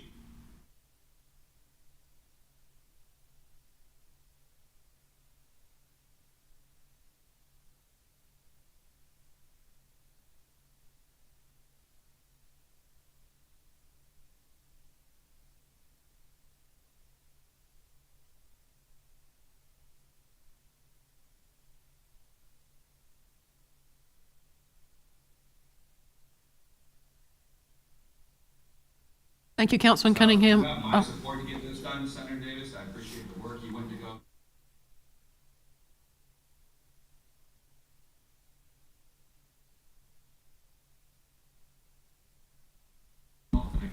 Thank you.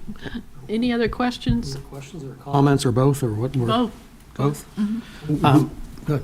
Oh, you go ahead, because you may ask the question I'm asking. Go ahead. I wasn't going to ask a question, I was just going to make a comment that I moved here in 1990, and there were 4 lanes at that time in 1990, and even a 5th turning lane that was there, and that was there 35 years ago. So this same bridges were there 35 years ago. We're at the point now where we have to do something.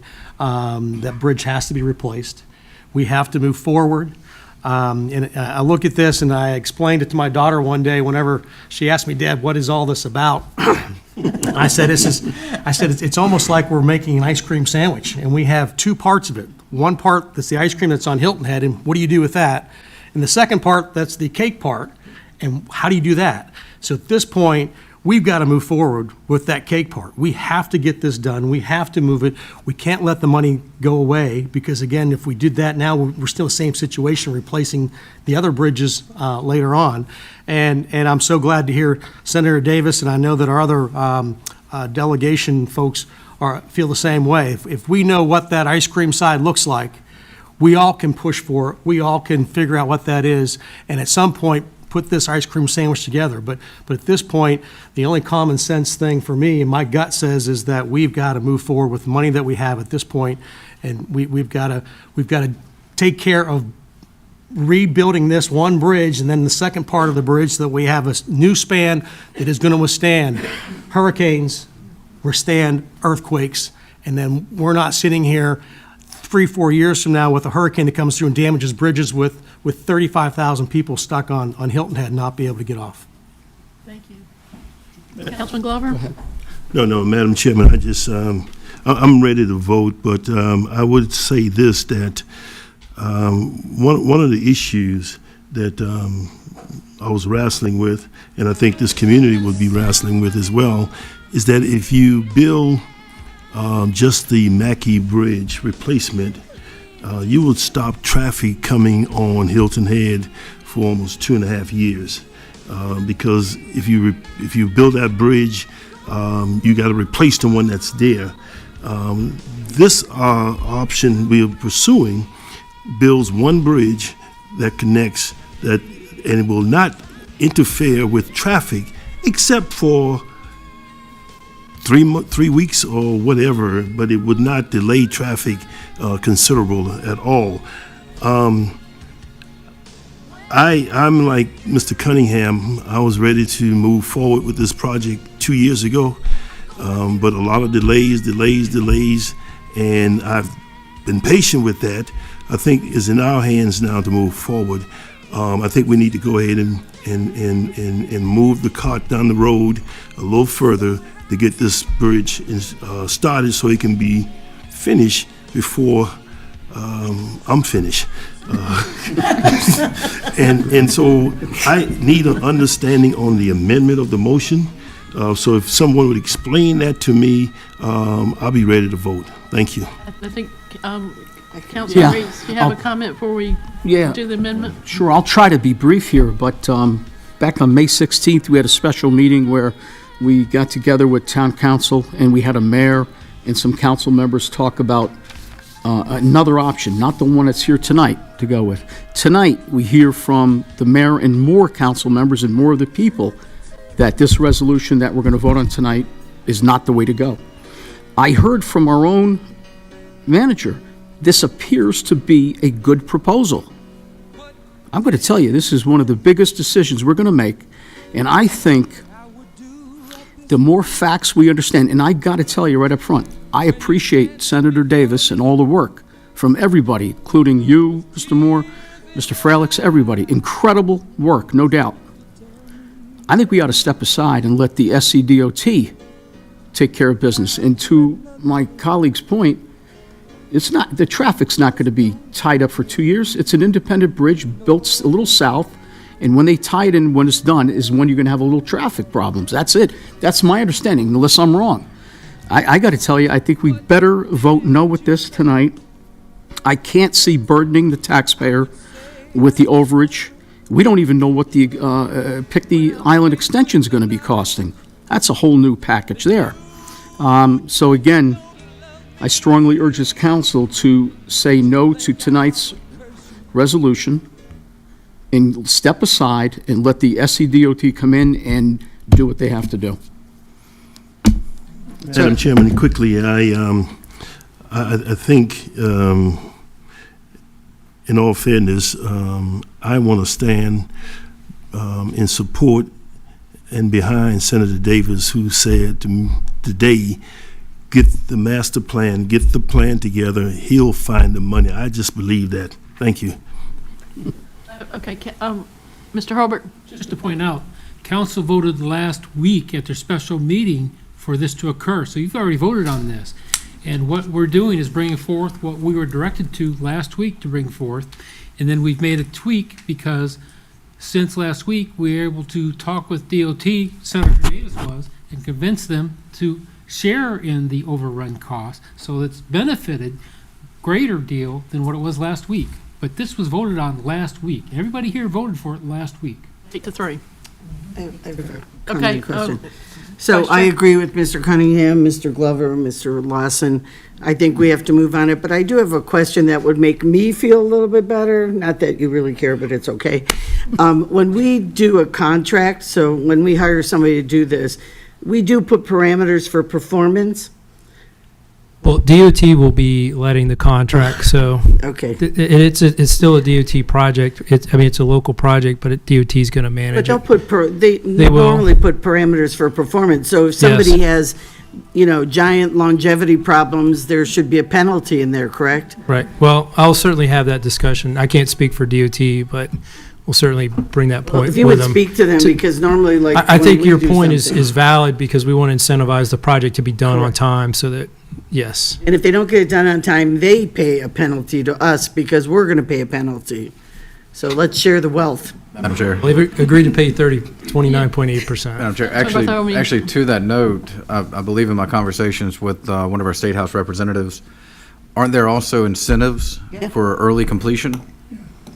As far as... They can be, yes, and those are discussions we'll have with I know, DOT. yeah, I understand that's a hard thing to get it done early, but still. Okay, if there's not any further discussion, we're Madam going to Chair. go Mr. through this. Cunningham, you have a... Oh, yes, sir. Go ahead, Councilman Cunningham. The built-in contingency, is that contingency, I know it's 20%, but is it based on the 101 million that we put in or the total project of 311 million? It's the total project cost. So we have a contingency of 62 million. Is what that roughly comes out to? Roughly, yes. So if that's the case, plus the 33% overshare, so we're looking at somewhere, if we went over $30 million, we'd be on the hook for an extra $10 million. Or if we went over $90 million, we'd be on the hook for $10 million. As I did that math I correctly. can't do that. Public math. I can't do math. in So public. Mr. Glover wanted me to say this one more time. So the amendment is to, in short language, SCDOT will be responsible for a portion of the overruns not to exceed 29.08% of the total overruns, and that's based on their portion of the funding, which was 90.6 million, when the whole project's 311.6 million. Then the county's on the hook for the rest of the overruns. SCDOT's on 29.08%. That's the motion. Yeah. Amendment. That's the amended. Do we have a second? We did have a second? Yeah. Yes. All right, now we're in discussion. Any questions about this amendment to the resolution? So what I'm hearing is that the resolution has already been approved, right? The resolution was directed to be drafted and brought to council at last week's, you voted on option 2 and wanted us to bring you the resolution and the amendment to the SIB contract for consideration. To implement option 2. Well, not implement it, but to make it happen. Into the SIB. Now, Right. this isn't a done deal with the SIB. It'll take some negotiation, and as I understand it, Senator Davis is going to go up there and advocate on county to make sure this goes through, but it's still going to take some work to get the SIB to adopt this. Right, and the SIB still does have to act before the deadline. That's a good point, which was the 30-day letter we received, 2 weeks ago now, So almost. that deadline would be June I believe it was 16th? 16th. June 16th. So the SIB would need to act before then, or else DOT would proceed. That's why we moved so fast to get this done. Worked all week, all hours. Okay, any further discussion about the amendment? All in favor of the amendment? Let's do a roll call vote on the amendment. Yes. Please. Ms. Brock? Vice Chair Tabernick? Yes. Councilmember Passament? Yes. Councilmember Reeds? No? Councilmember Lawson? Mark Lawson, yes. Councilmember Glover? Yes. Councilmember Dawson? Yes. Councilmember Cunningham? Yes. Councilmember Brown? No. Councilmember Bartholomew? Yes. Chair Howard? Yes, The motion passes. that was the amendment. Okay, now we go back to the original motion, and we'll need a roll call vote for that. That's for the main motion. The main motion, do we need to read it again? Yeah, do it. I think for the record with No, the I don't think we amendment. need to read it again, unless someone wants. You already read it. We've already read it, okay. It's the main motion as amended. The main motion is a, yeah. As amended, yes. All right, we'll do a roll call vote for that. Councilmember Passament? Yes. Councilmember Reeds? No? Councilmember Tabernick? Yes. Mark Lawson, yes. Councilmember Glover? Yes. Councilmember Dawson? Yes.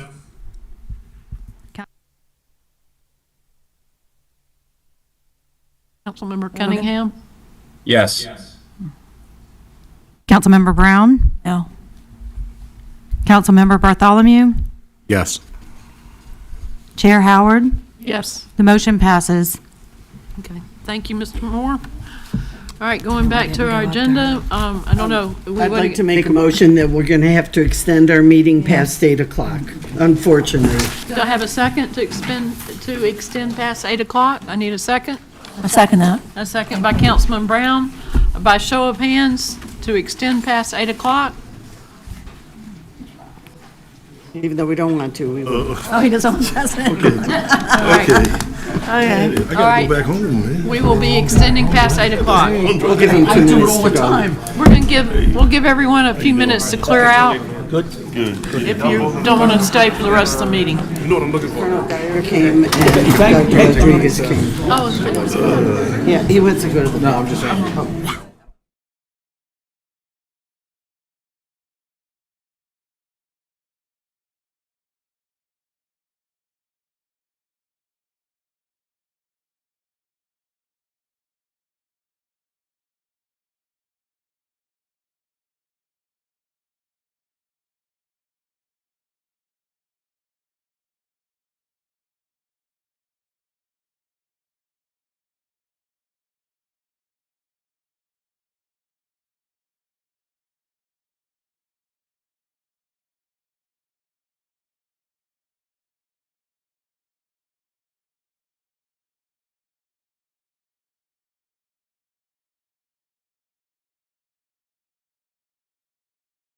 Than we were.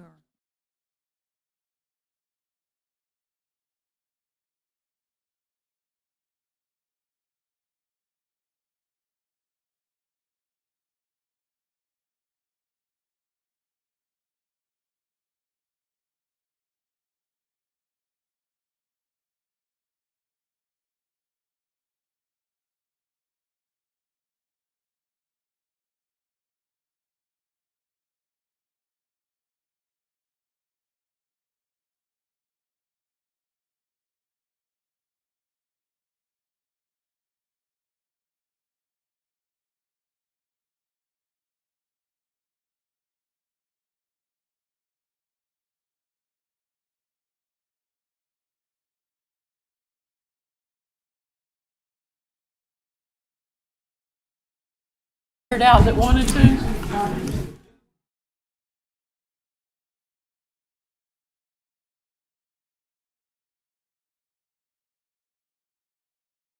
You ready? Yeah. Okay, let's get started back on our ordinances for first reading. Okay, so I'm on 2025/25 is an ordinance authorizing the execution and delivery of a permanent utility easement for a portion of right-of-way owned by Beaufort County known as Palmetto Bluff Road, located in Bluffton Township. Our vote at first reading, April 28th, was 9-0. At second reading, which was a public hearing on May 12th, it was 11-0.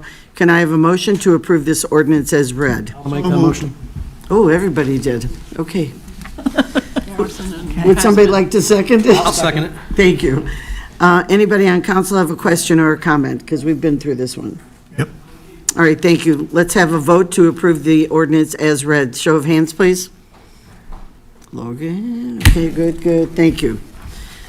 Okay, 2025/29, an ordinance to make appropriations for county government and special purpose districts for Beaufort County for the fiscal year beginning July 1, 2025 and ending June 30th, 2026, to levy taxes for the payment thereof, to adopt service and user fees, to provide for the expenditure of said taxes and other revenues coming into the county and other matters related thereto. We could see that's legal language there. The vote at first reading on May 12th was 11-0. Public hearing and third reading will be scheduled for June 9th. Can I have a motion to approve this ordinance as read? So moved. Thank you, Mr. Passament. I'd like to motion that we amend. No, can we have a second first? Okay, second. I'll second that, sorry. Second, and then I'd like Ms. Harriet to do her explanation. We don't want to deprive her of her moment in the sun here. Oh, I'm good. You're good? Okay. And just for the public, it's all in the backup documents. It talks about all of the things we've chewed this up and spit it out several times, but for the public, it's all in the backup documents. Okay, so open for discussion at this point, or questions to Mrs. Harriet. Madam Chairman, I want to, for discussion purpose, let me just ask this question. Any changes right now in second reading? After second reading, can we make changes? Sure. You can make changes as long as it's before public hearing, which is currently scheduled for Third reading. Third reading, yes. Okay, right. Any changes? Depending on how substantial they are, you may have to bring it back for another reading. Okay. For an example, right now, we have not heard from the Public Defender's Office, and you have a slight reduction from their last year's budget. So, no or yes? No, sir. Oh. No, sir, she's actually receiving a $300,000 increase. You can also amend it after it is adopted. Yeah, that's what I was asking. But, Madam Chairman, I looked at it and it showed me 2.1 million, and then what's recommended is 1.8. 1.9, which is 70% of what the solicitor's request is, which is a discussion they had together about the funding for both offices. So She was invited to attend our finance meeting. right, but there was a delay or some problem, so she's supposed to be. I didn't receive a reason why. She canceled the night before the finance committee meeting. Okay, so it's 1.9? Correct. Okay. I just want to be clear, because I've not been able to communicate with her yet, but I will. Right. Yeah, Her request okay. from last fiscal year was $1.6 million, so she's receiving a $300,000 increase. Why, what's the 2.1 million? That's in the budget line That's item. what was proposed that was what, actually, they requested 2.5, but 70% is what the administrator and I recommended based on discussions between the public defender and the solicitor's office. I was just looking at the line item, and it showed me something totally different from what you said. So Right. I'll just yield right now to what you're saying. It is 1.9, the gospel. sir. Okay. Correct. And then, Madam Chairman, I'd like to hearing that, all of those comments, I'd like to motion that we reduce the funding to Island Rec down to $173,694 and reallocating those funds to the Salt and Water Conservation District to fully fund them at $37,770, and then to increase the South Carolina Department of Mental Health to $56,036. That's my motion, Madam Chairman. Do I have a second? I'll second it. Discussion? Well, let me say to the public, anything we move, like if we increase, for example, to the Coastal Empire Mental Health, we have to take it from somewhere else because the budget is balanced. So that's why Mr. Glover is saying you had to decrease one to increase the other two. And I did have a concern with the soil and water conservation because when she presented, she said they're going to stop coming schools south of the Broad. And remember, I said, I don't think that's appropriate. So if they need the funding to come down here, that's what Mr. Glover's suggesting. No, but I think she's probably maybe exaggerating a little. I don't think she'll stop. I know Soil and Water Conservation, they will do what they have to do for the entire county.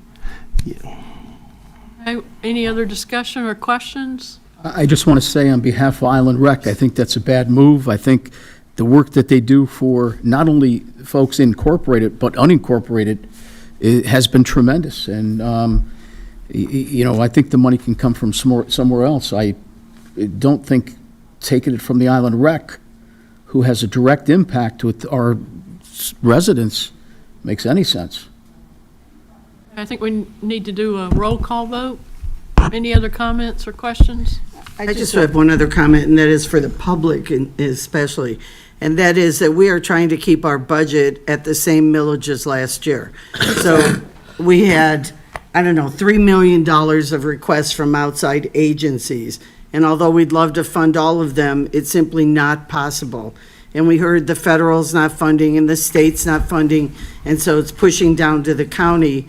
And we are trying to hold to this budget to be responsible to our residents. So if we would take from one to give to another, that's how this is going to have to balance out. Yes, ma'am. Do you have a comment? I would agree with Mr. Reitz as well. We don't want to take any money out of the Island Rec. I would like to make one comment. The Department of Mental Health this is the first time they've asked for an increase in many, many years. I look at that as kind of preventive medicine. It keeps people out of the emergency rooms. It keeps people out of the detention centers when we have services that people can go to at the Department of Mental Health, or it used to be called Coastal Mental Health.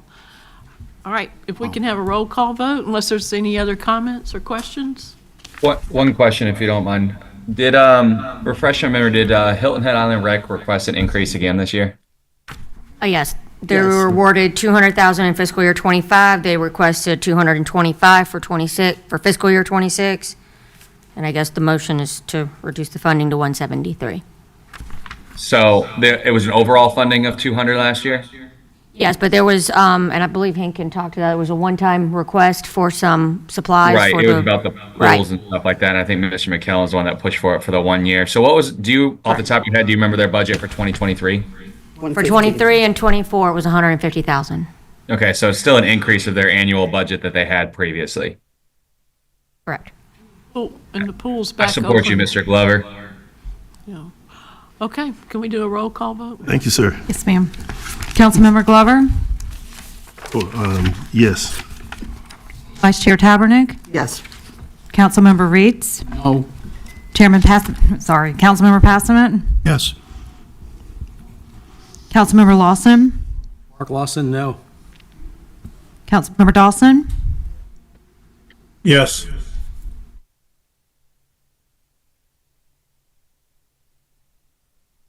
Mr. Cunningham? Oh, yes.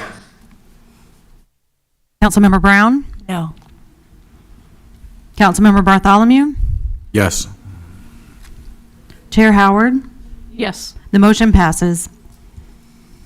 Okay. Oh, I need to make an amendment, right, okay. I need a motion to amend, keep Beaufort County beautiful to their budget being $50,000 for the year. I'll second that. Okay, we have a motion and a second discussion. So that will reduce what is on here from 68,536 to 50,000. And just to reiterate, because Mrs. Brown told us last time, they got 50,000 last year and didn't spend 17,000 of it. So that's Correct. part of her They currently impetus. have a balance of 17,000 and some change left over from. And our vice chair for the committee is here, and he understands it, and he So where would that graciously 18,000 go? accepted it. Thank you. That 18,000 would go where in the budget? Currently, I have a request that somehow was left out by the IT department. I could utilize it there if that's okay with council. That would keep the budget balanced and mill neutral. There was one request that they had put in that they missed the deadline on, so. I'd venture the conversation of mental health again, as Mr. Glover said, if that's appetite of the council as well. Or could go back to Hilton Head Island Rec. The Thank money you. that you're saying to save. Your discussion. Thank you, Councilman. All right, let's accept. No, I think it should just go back in the fund. Yeah. Please make a motion to put it back in the fund for your expenditures. It's 50,000 to Beaufort County beautiful. The same they got last year. Keep them flat. Got it. All right. Okay, we had a motion and a second. Any further discussion? Do we need a roll call vote? That you are reducing, Keep for people to 50,000. We need to make sure the budget is balanced, so we have an $18,000 Right. amount that has to go someplace. So Jeez. council has to direct administration, where is it going to go? Should go back. We as administration And could you're use it recommending IT is what? in the IT department. That's their That's where we would recommendation. like, that would be our request, but obviously you Right. vote. IT? You wanna It'd have to be restate by your Ms. motion? Brown that make that motion currently, correct? Yeah. Yep. Yes. Yep. So we'll take the 17,000 and put it to IT department? Yes, 18,536. 18, okay. Oh, okay, all right. Okay, so the motion now stands to reduce them to 50,000 and take the balance to go to the IT department, correct? Yes. All right. And we already had a second. Any other Second discussion? approve of the change. What's the project with IT? They had an employee that was evaluated and received an increase and then didn't budget for it in '26. So it is a permanent increase to them. Any questions about that? No? All right. Do we need a roll call vote for that? Are we good? All right, by show of hands, all in favor of that change? It is unanimous. Thank you. All right, thank you. Thank you. Terry. Let's go forward with the rest of these. Nope, we need to We have to- on the motion. Oh, I'm as sorry. amended twice. Yes, On the original motion is amended twice. thank you for keeping me straight tonight. Yes, ma'am. you're to doing it. fine. All right, all in favor of the ordinance as amended twice? Raise your hand. Online, guys, you with us? Okay, good. Okay, thank you. All right, 2025/28. Am I the right one? Yeah. An ordinance to amend Beaufort County's budget ordinance for fiscal year '25, which was ordinance 2024/25, to correctly reflect the budget, the Fund 4,000 CIP budget. The vote at first reading and public hearing on May 12th was 11-0. Can I have a motion to approve this as read? So moved. Thank you, Mr. Passman. A second? I'll second. Thank you, Ms. Howard. Any comments on this? We've discussed this ad infinitum too. All right, thank you. All those in favor of this ordinance as read? Thank you. 2025/27, an ordinance appropriating funds from the state ATAX funds as recommended by the State ATAX Funds Committee in compliance with the requirement of South Carolina Code of Laws. The vote at Finance Administration Committee on April 21st was 7-1. The vote at first reading of council, which was a public hearing on May 12th, was 9-2. Can I have a motion to approve this as read? So moved. Thank you, Mr. Passman. A second? Second. Who was that? Okay. Yeah, Mr. McEllen's not here to tag team with you, Mr. Passman, tonight. I was reading the minutes from the other day. It was like tag team with everyone. All right, so we have a motion and a second. Any comments on this? I've reiterated my comments once already. Anybody else? All right, then let's take a vote. All those in favor of the ordinance as read, raise your hand. All opposed? 2. Thank you.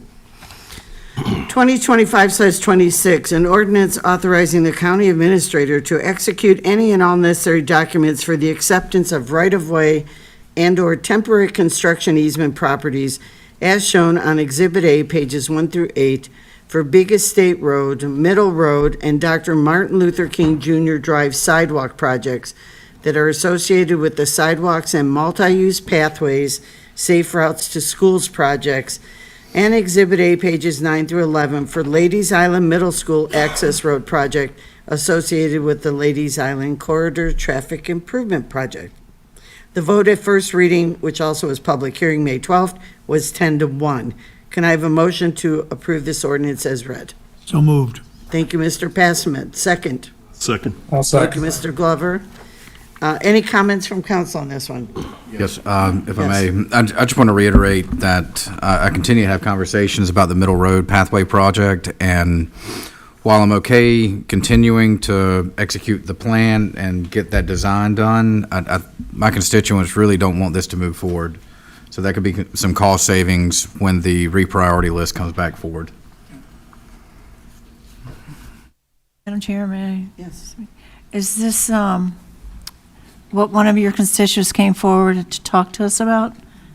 Was this the project? Yes, Okay. the Middle Road Project, and I continue to have those conversations. It's not just her. There's numerous people that really don't see the need for it right now. All right. So you're not in favor of the ordinance? No, I'm in favor of moving forward for planning, but I just want to reiterate that hopefully that once that plan is done and designed, that it just goes on a shelf. This is one time I actually want it to go on a shelf rather than execute it. Okay, anybody else? Question, comment? All right, all in favor of the ordinance as read, please raise your hand. Okay, we're good. Thank you. 2025/24 is an ordinance authorizing the county administrator to execute the necessary documents and provide funding for the purchase of tax map serial numbers, TMS R600, except they're all there, known as North Widgeon Fee. The vote at first reading and public hearing on April 28th was 9-0. The vote at second reading on May 12th was to defer to this council meeting. Can I have a motion? So moved. Thank you, Mr. Passman. Can I have Second. Second. Okay, Go ahead. Ms. Howard, second. Madam Chair, I would like to make a motion to amend ordinance 2025-24 as follows. I move the council amend the ordinance by adding 2 preamble clauses as follows. There are 9 whereases. The first 8 will stay. We're going to add a new number 9 and a new number 10. The new number 9 will be, whereas the landowner has commissioned an appraisal for tax purposes as part of their due diligence for the sale of North Widgeon by a South Carolina Conservation Bank certified third-party appraiser, and their tax appraisal has an opinion of a value of $2,920,000. And the new number 10 states, whereas the landowner has requested that the county council recognize the $220,000 difference between their appraisal and the county's appraisal as a donation towards the conveyance, and that the council authorize the county administrator to sign IRS Form 8283 to confirm receipt of this donation. And the last change will be on the final, now therefore be it resolved, after the words also known as North Widgeon Point, to enter the following: and to execute IRS Form 8283 to confirm receipt of the value of $220,000 as a donation towards a conveyance of this property to the county. I'll second the motion. You're seconding the amendment. Amendment, sorry. Any question on the amendment? I know Mr. Passman had a mouthful there. Can we vote on this? Yeah, we're going to vote on the amendment first. All in favor? Well, let me, I just Go want to say ahead. that, you know, what Mr. Passmore is recommending does not cost the county anything. Not a single penny. This is a very important piece of property that I think is undervalued as it sits right now. If it goes back in the market, it will be sold for a lot more. So again, I think that this is an important piece for us to secure. It has 100% support. It's just that some people feel that this, giving them a tax exempt is something wrong with it, but again, does not cost the county anything. So I would highly recommend that we vote for this amendment. I'd like to make a Madam comment. Chairman, I'd go like- ahead. This is adjacent to our existing Widgeon Point Park. Visually, they connect with the marsh, and I think it is so well said by Councilman Larson, it is very important. And the owners, this will be between the owners and the IRS without our involvement, if they are able to take the deduction. Chairman, I just want to speak to the amendment. Would love for the administration to bring back some recommendation on policy guidelines and matters like this for the future. Yes, we will do so. All right, thank you. Any other comment? I'm totally against this. To fill out the Form 8283, the IRS form, and Mr. Lawson says there's no liability to the county. There could be. I used to work for Internal Revenue Service. I know how, all these forms operate, but I'm against this idea. Totally against it. Anybody else? And it may be putting our administrator at risk again. Mr. Cunningham? Thank you. Yeah, I mean, I have issues with the way this played out and the time frame of it. I've made that very clear to everyone on council. I don't have a problem with the tax credit itself. There's a lot of loopholes in taxes. It's other people's jobs to figure out how to take advantage of those. I don't get involved in that. It's everyone's own personal business. But when we're the ones that have to vote on if it's going to be allowed to take that door, I'm not willing to put my name on it, let alone also that, yes, I do think this is a valuable piece of property. We had an agreement. This is now the second reading. We had to defer the second reading because we couldn't come up to a conclusion. I believe we're holding up our end when we signed this agreement, or when we came across this verbal agreement, I should say, because it hasn't been signed yet. Negotiation time should have already been closed by this point.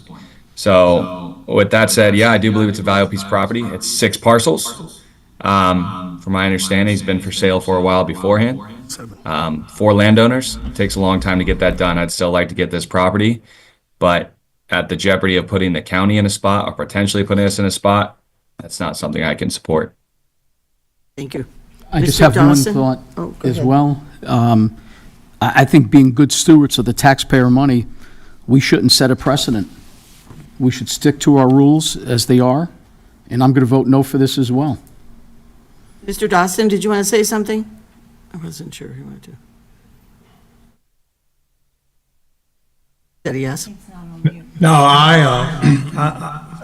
I said earlier that I didn't support the idea and the notion of us actually giving the tax credit and putting the county administrator and us council in a position where it could come back to bite us. So my position hadn't changed. I'm not going to vote in favor of this. Anybody else? And I'm in agreement to vote no on this as well. I don't like when we go back on something and revise it. We've done that with something else, and I wasn't in favor of that. So if there's no other comment, I'll call for the vote. Please, you want a roll call? Let's roll call this one. Councilmember Passman, this is a vote on the motion to amend. Correct. He said yes. Chair Howard, Yes. Councilmember Reeds, No. Councilmember Lawson, Mark Lawson, yes. Councilmember Glover, Yes. Councilmember Dawson, No. Councilmember Cunningham, No. Councilmember Brown, No. Councilmember Bartholomew, Yes. Vice Chair Tabernick? No. The motion fails. It's 5-5. That's fails, right? Okay, now we have to vote on the original ordinance. Anyone comment or question on the original ordinance? I would just say it's still a valuable piece of property, and we have vowed to hold up to our end of this deal and this verbal agreement that we've had. All right, anybody else comment on the original ordinance? I'm sorry. I did what Mr. Logan Cunningham said. Just copy what he said. Nobody else? All right, can we have a roll call on this one, please? Councilmember Passman? Yes. Chair Howard? Yes. Councilmember Reitz? Yes. Councilmember Lawson? Mark Lawson, yes. Councilmember Glover? Yes. Councilmember Dawson? Yes. Councilmember Cunningham? Sorry, it cuts Yes. out. Yeah, it cuts out. Councilmember Brown? Yes. Councilmember Bartholomew? Yes. Vice Chair Tabernick? Yes. The motion passes. 10-0. All right, we're coming up to the last one. Don't everybody clap. 2025/35, an ordinance to provide for the levy of tax for school purposes for Beaufort County for the fiscal year beginning July 1, 25 and ending June 30th, 2026, and to make appropriations for said purposes. Can I have a motion to approve this as read? So moved. Thank you, Mr. Passman. A second? A second. Thank you, Mr. Glover. We do have Ms. Crosby here to speak, and I do want to recognize Dr. Rodriguez and Colonel Geyer, who he came in after. And Mr. Smith, yes, they are school board members and the superintendent. We got him already. Okay, goodness. We clapped for him before. Mr. Smith? I Yes. got Mr. Smith, Okay. yes. We have lots of support this evening, so I want to thank them for all coming. I knew that we were going to be last on the agenda, so I warned them way in advance. Oh, okay. So, thank you. We gave a detailed report last Monday to the Council Finance Committee.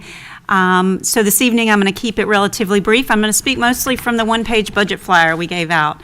I'm kind of proud of this one this year. We started early with a visual that it was very appealing and sent it out to various groups, principals, staff, community, and so I'm going to speak just from highlights from that presentation. I'm sorry, Ms. Crosby. Can you put up page 488 in the packet, Sarah?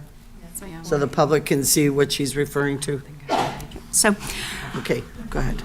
each year, we do a tremendous amount of public feedback, both students, staff, community members, the board, and we, in all of that effort, emerged three main priorities this year: teacher and support staff compensation, academic program expansions, and safety and security. So our budget really surrounded those things, whether they included new items or just continuing existing items in the budget. 80% of the increases in our budget are for employee compensation, so that relates directly to our first priority there.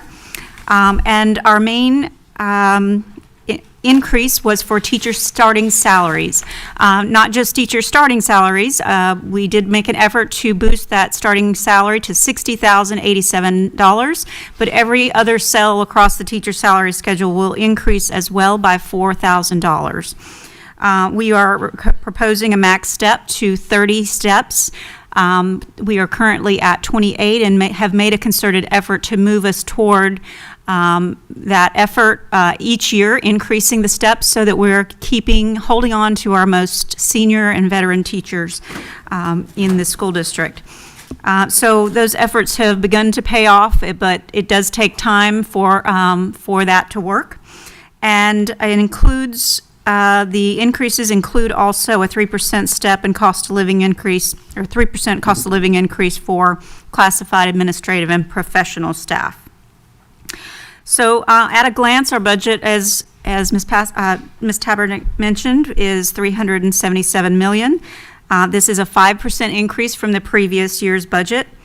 And it is the proposed revenues that would fund this budget are 66% 64% local, so tax revenues, 36% state, and just less than 1% of federal and other federal revenues would support it as well. Federal revenues are primarily for our school district in special revenue funds. So those are separate and restricted funding for specific purposes like Title I or individuals with disabilities. So that shift is beginning to occur where the local funding is beginning to creep into the state funding. We did receive a $2.6 million decrease in state aid to classrooms this year. And although there were some efforts to shift that and increase the total funding for schools at the state level, our district did not benefit from those increases. So finally, this budget does include, as a result of a lack of a reduction in state funding, a request for a 4.3 increase, 4.3 mil increase, and would move us to 126.1 mils. We had no increase in the prior year, and the year before that, we had actually a reduction in millage due to reassessment.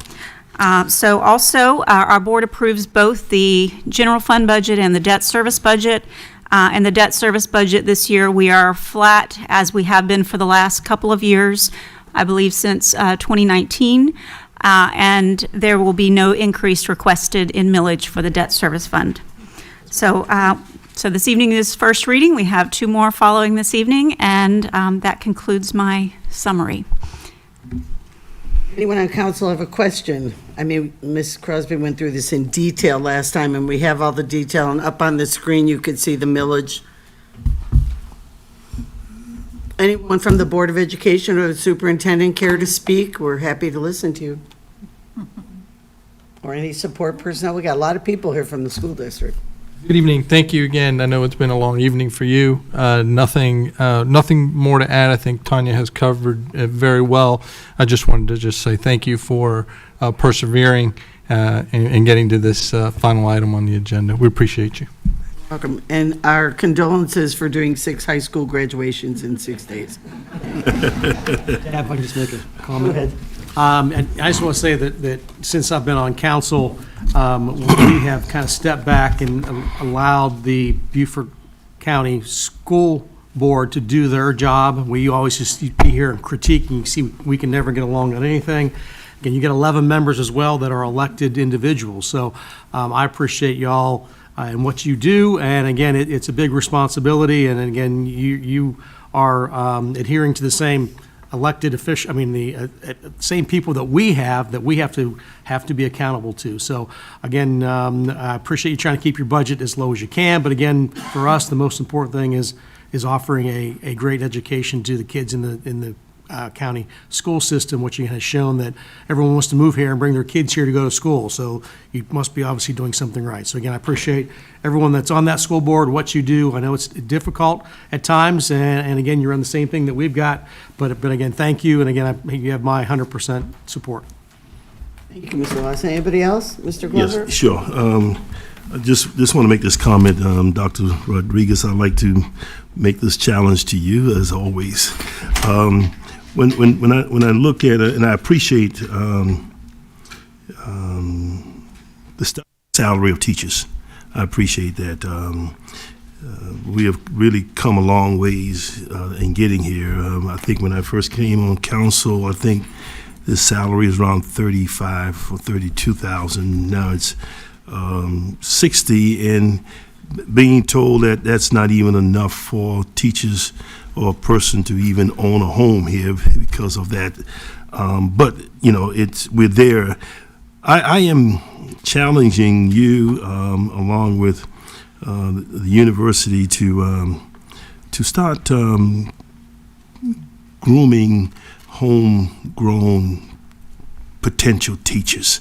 There used to be a teacher cadet program, et cetera, and it just seems to me that if we could do that, we can actually maybe be able to get a lot more teachers to stay here, even though we don't offer them a whole lot, even if they're here. But I tell people all the time, I use St. Helena as a bedrock place for me to stay, to put my head, but for entertainment, etc., I may travel to Charleston or Savannah to capture, or even go to Atlanta to capture things and stuff. But, saying about how we can groom homegrown candidates. Yes, I couldn't agree more with those comments. We continue teacher cadet programs. We continue to grow those teacher cadet programs. My own son, who graduated 2 years ago, is a product of the teacher cadet program, and he's in his second year. He's completed his second year in a college of education, and so it does have an impact. I agree with you, and we look forward to continuing to grow that. Thank you, sir. I noticed you recognized the induction teacher of the year. I forgot to mention, could you explain to council what that was? Yes, ma'am. We recognize Teachers of the Year at every school, and we recognize Support Staff of the Year at every school, but we also recognize an Induction Teacher of the Year at every school, and these at schools, and then we identify Teacher of the Year for the school district, right? And so there's a district identified Induction Teacher of the Year as well. So in essence, we want to recognize and celebrate those new into the profession and here within our local school system for the great work that they do, and identify them and recognize them as part of it. So thank you. All right. We are going back into executive session. Do we have to vote? Yes, we need to vote. Oh, we have to vote on it. All right. Go ahead. I don't think we need a roll call. All in favor of the ordinance as read? Thank you. Thank you. It's unanimous. Thank you, school board. Thank you, Dr. Reed. Thank you, Tanya. We will go back into executive session. There may or may not be items to come out of executive session. We need to adjourn. Thanks for waiting so long. Adjourn the regular meeting. The regular meeting is hereby adjourned.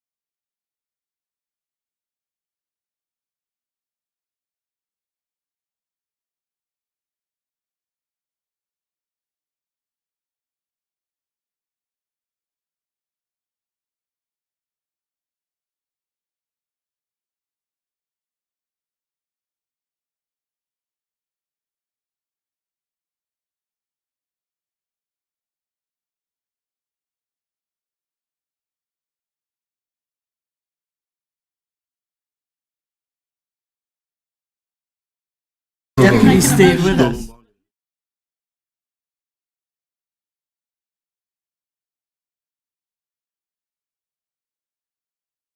Number 5.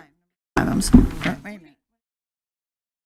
Did executive session, and we have 2 items to come out of executive session. Mr. Bartholomew? Madam Chair, I move that council refer the Pine Island Development Agreement application to the Natural Resources Committee for discussion and a public hearing at the earliest opportunity after the staff report and legal review has been completed and council has had an adequate opportunity to review the staff report. Okay, do we have a second? I'll second it. All in favor by show of hands? Okay, that is, we didn't do the discussion. Do we need executive session? We've already discussed it. Okay, that was unanimous. I would like to mention that our August community service and our August natural resource meetings have been canceled because most of the county council and staff will be at the South Carolina Association of Counties meeting. That's just for general information for everyone. And we have another item to come out of executive session. Ms. Brown? Motion, number 9. Do I need to read that? Nope. Okay. City of Hardyville, Jasper County Auditor, Jasper County Treasurer, Nickel Plate Road LLC, and Beaufort County. I move that council authorize the county attorney to negotiate a settlement agreement for the amount and terms as discussed in executive session, and for the county administrator to execute a settlement agreement for the amount and terms as discussed in executive session. Do I have a second? Second. Go ahead. Us- No, it doesn't matter. Give it to Mr. Glover. Councilman Glover, Well, I we thank had you. the second? Yeah, I do. Without any objection by a show of hands, all in agreement? Unanimous. Thank you. We stand adjourned. Thank you. Thank you, Madam Chairman. Only an hour and 10.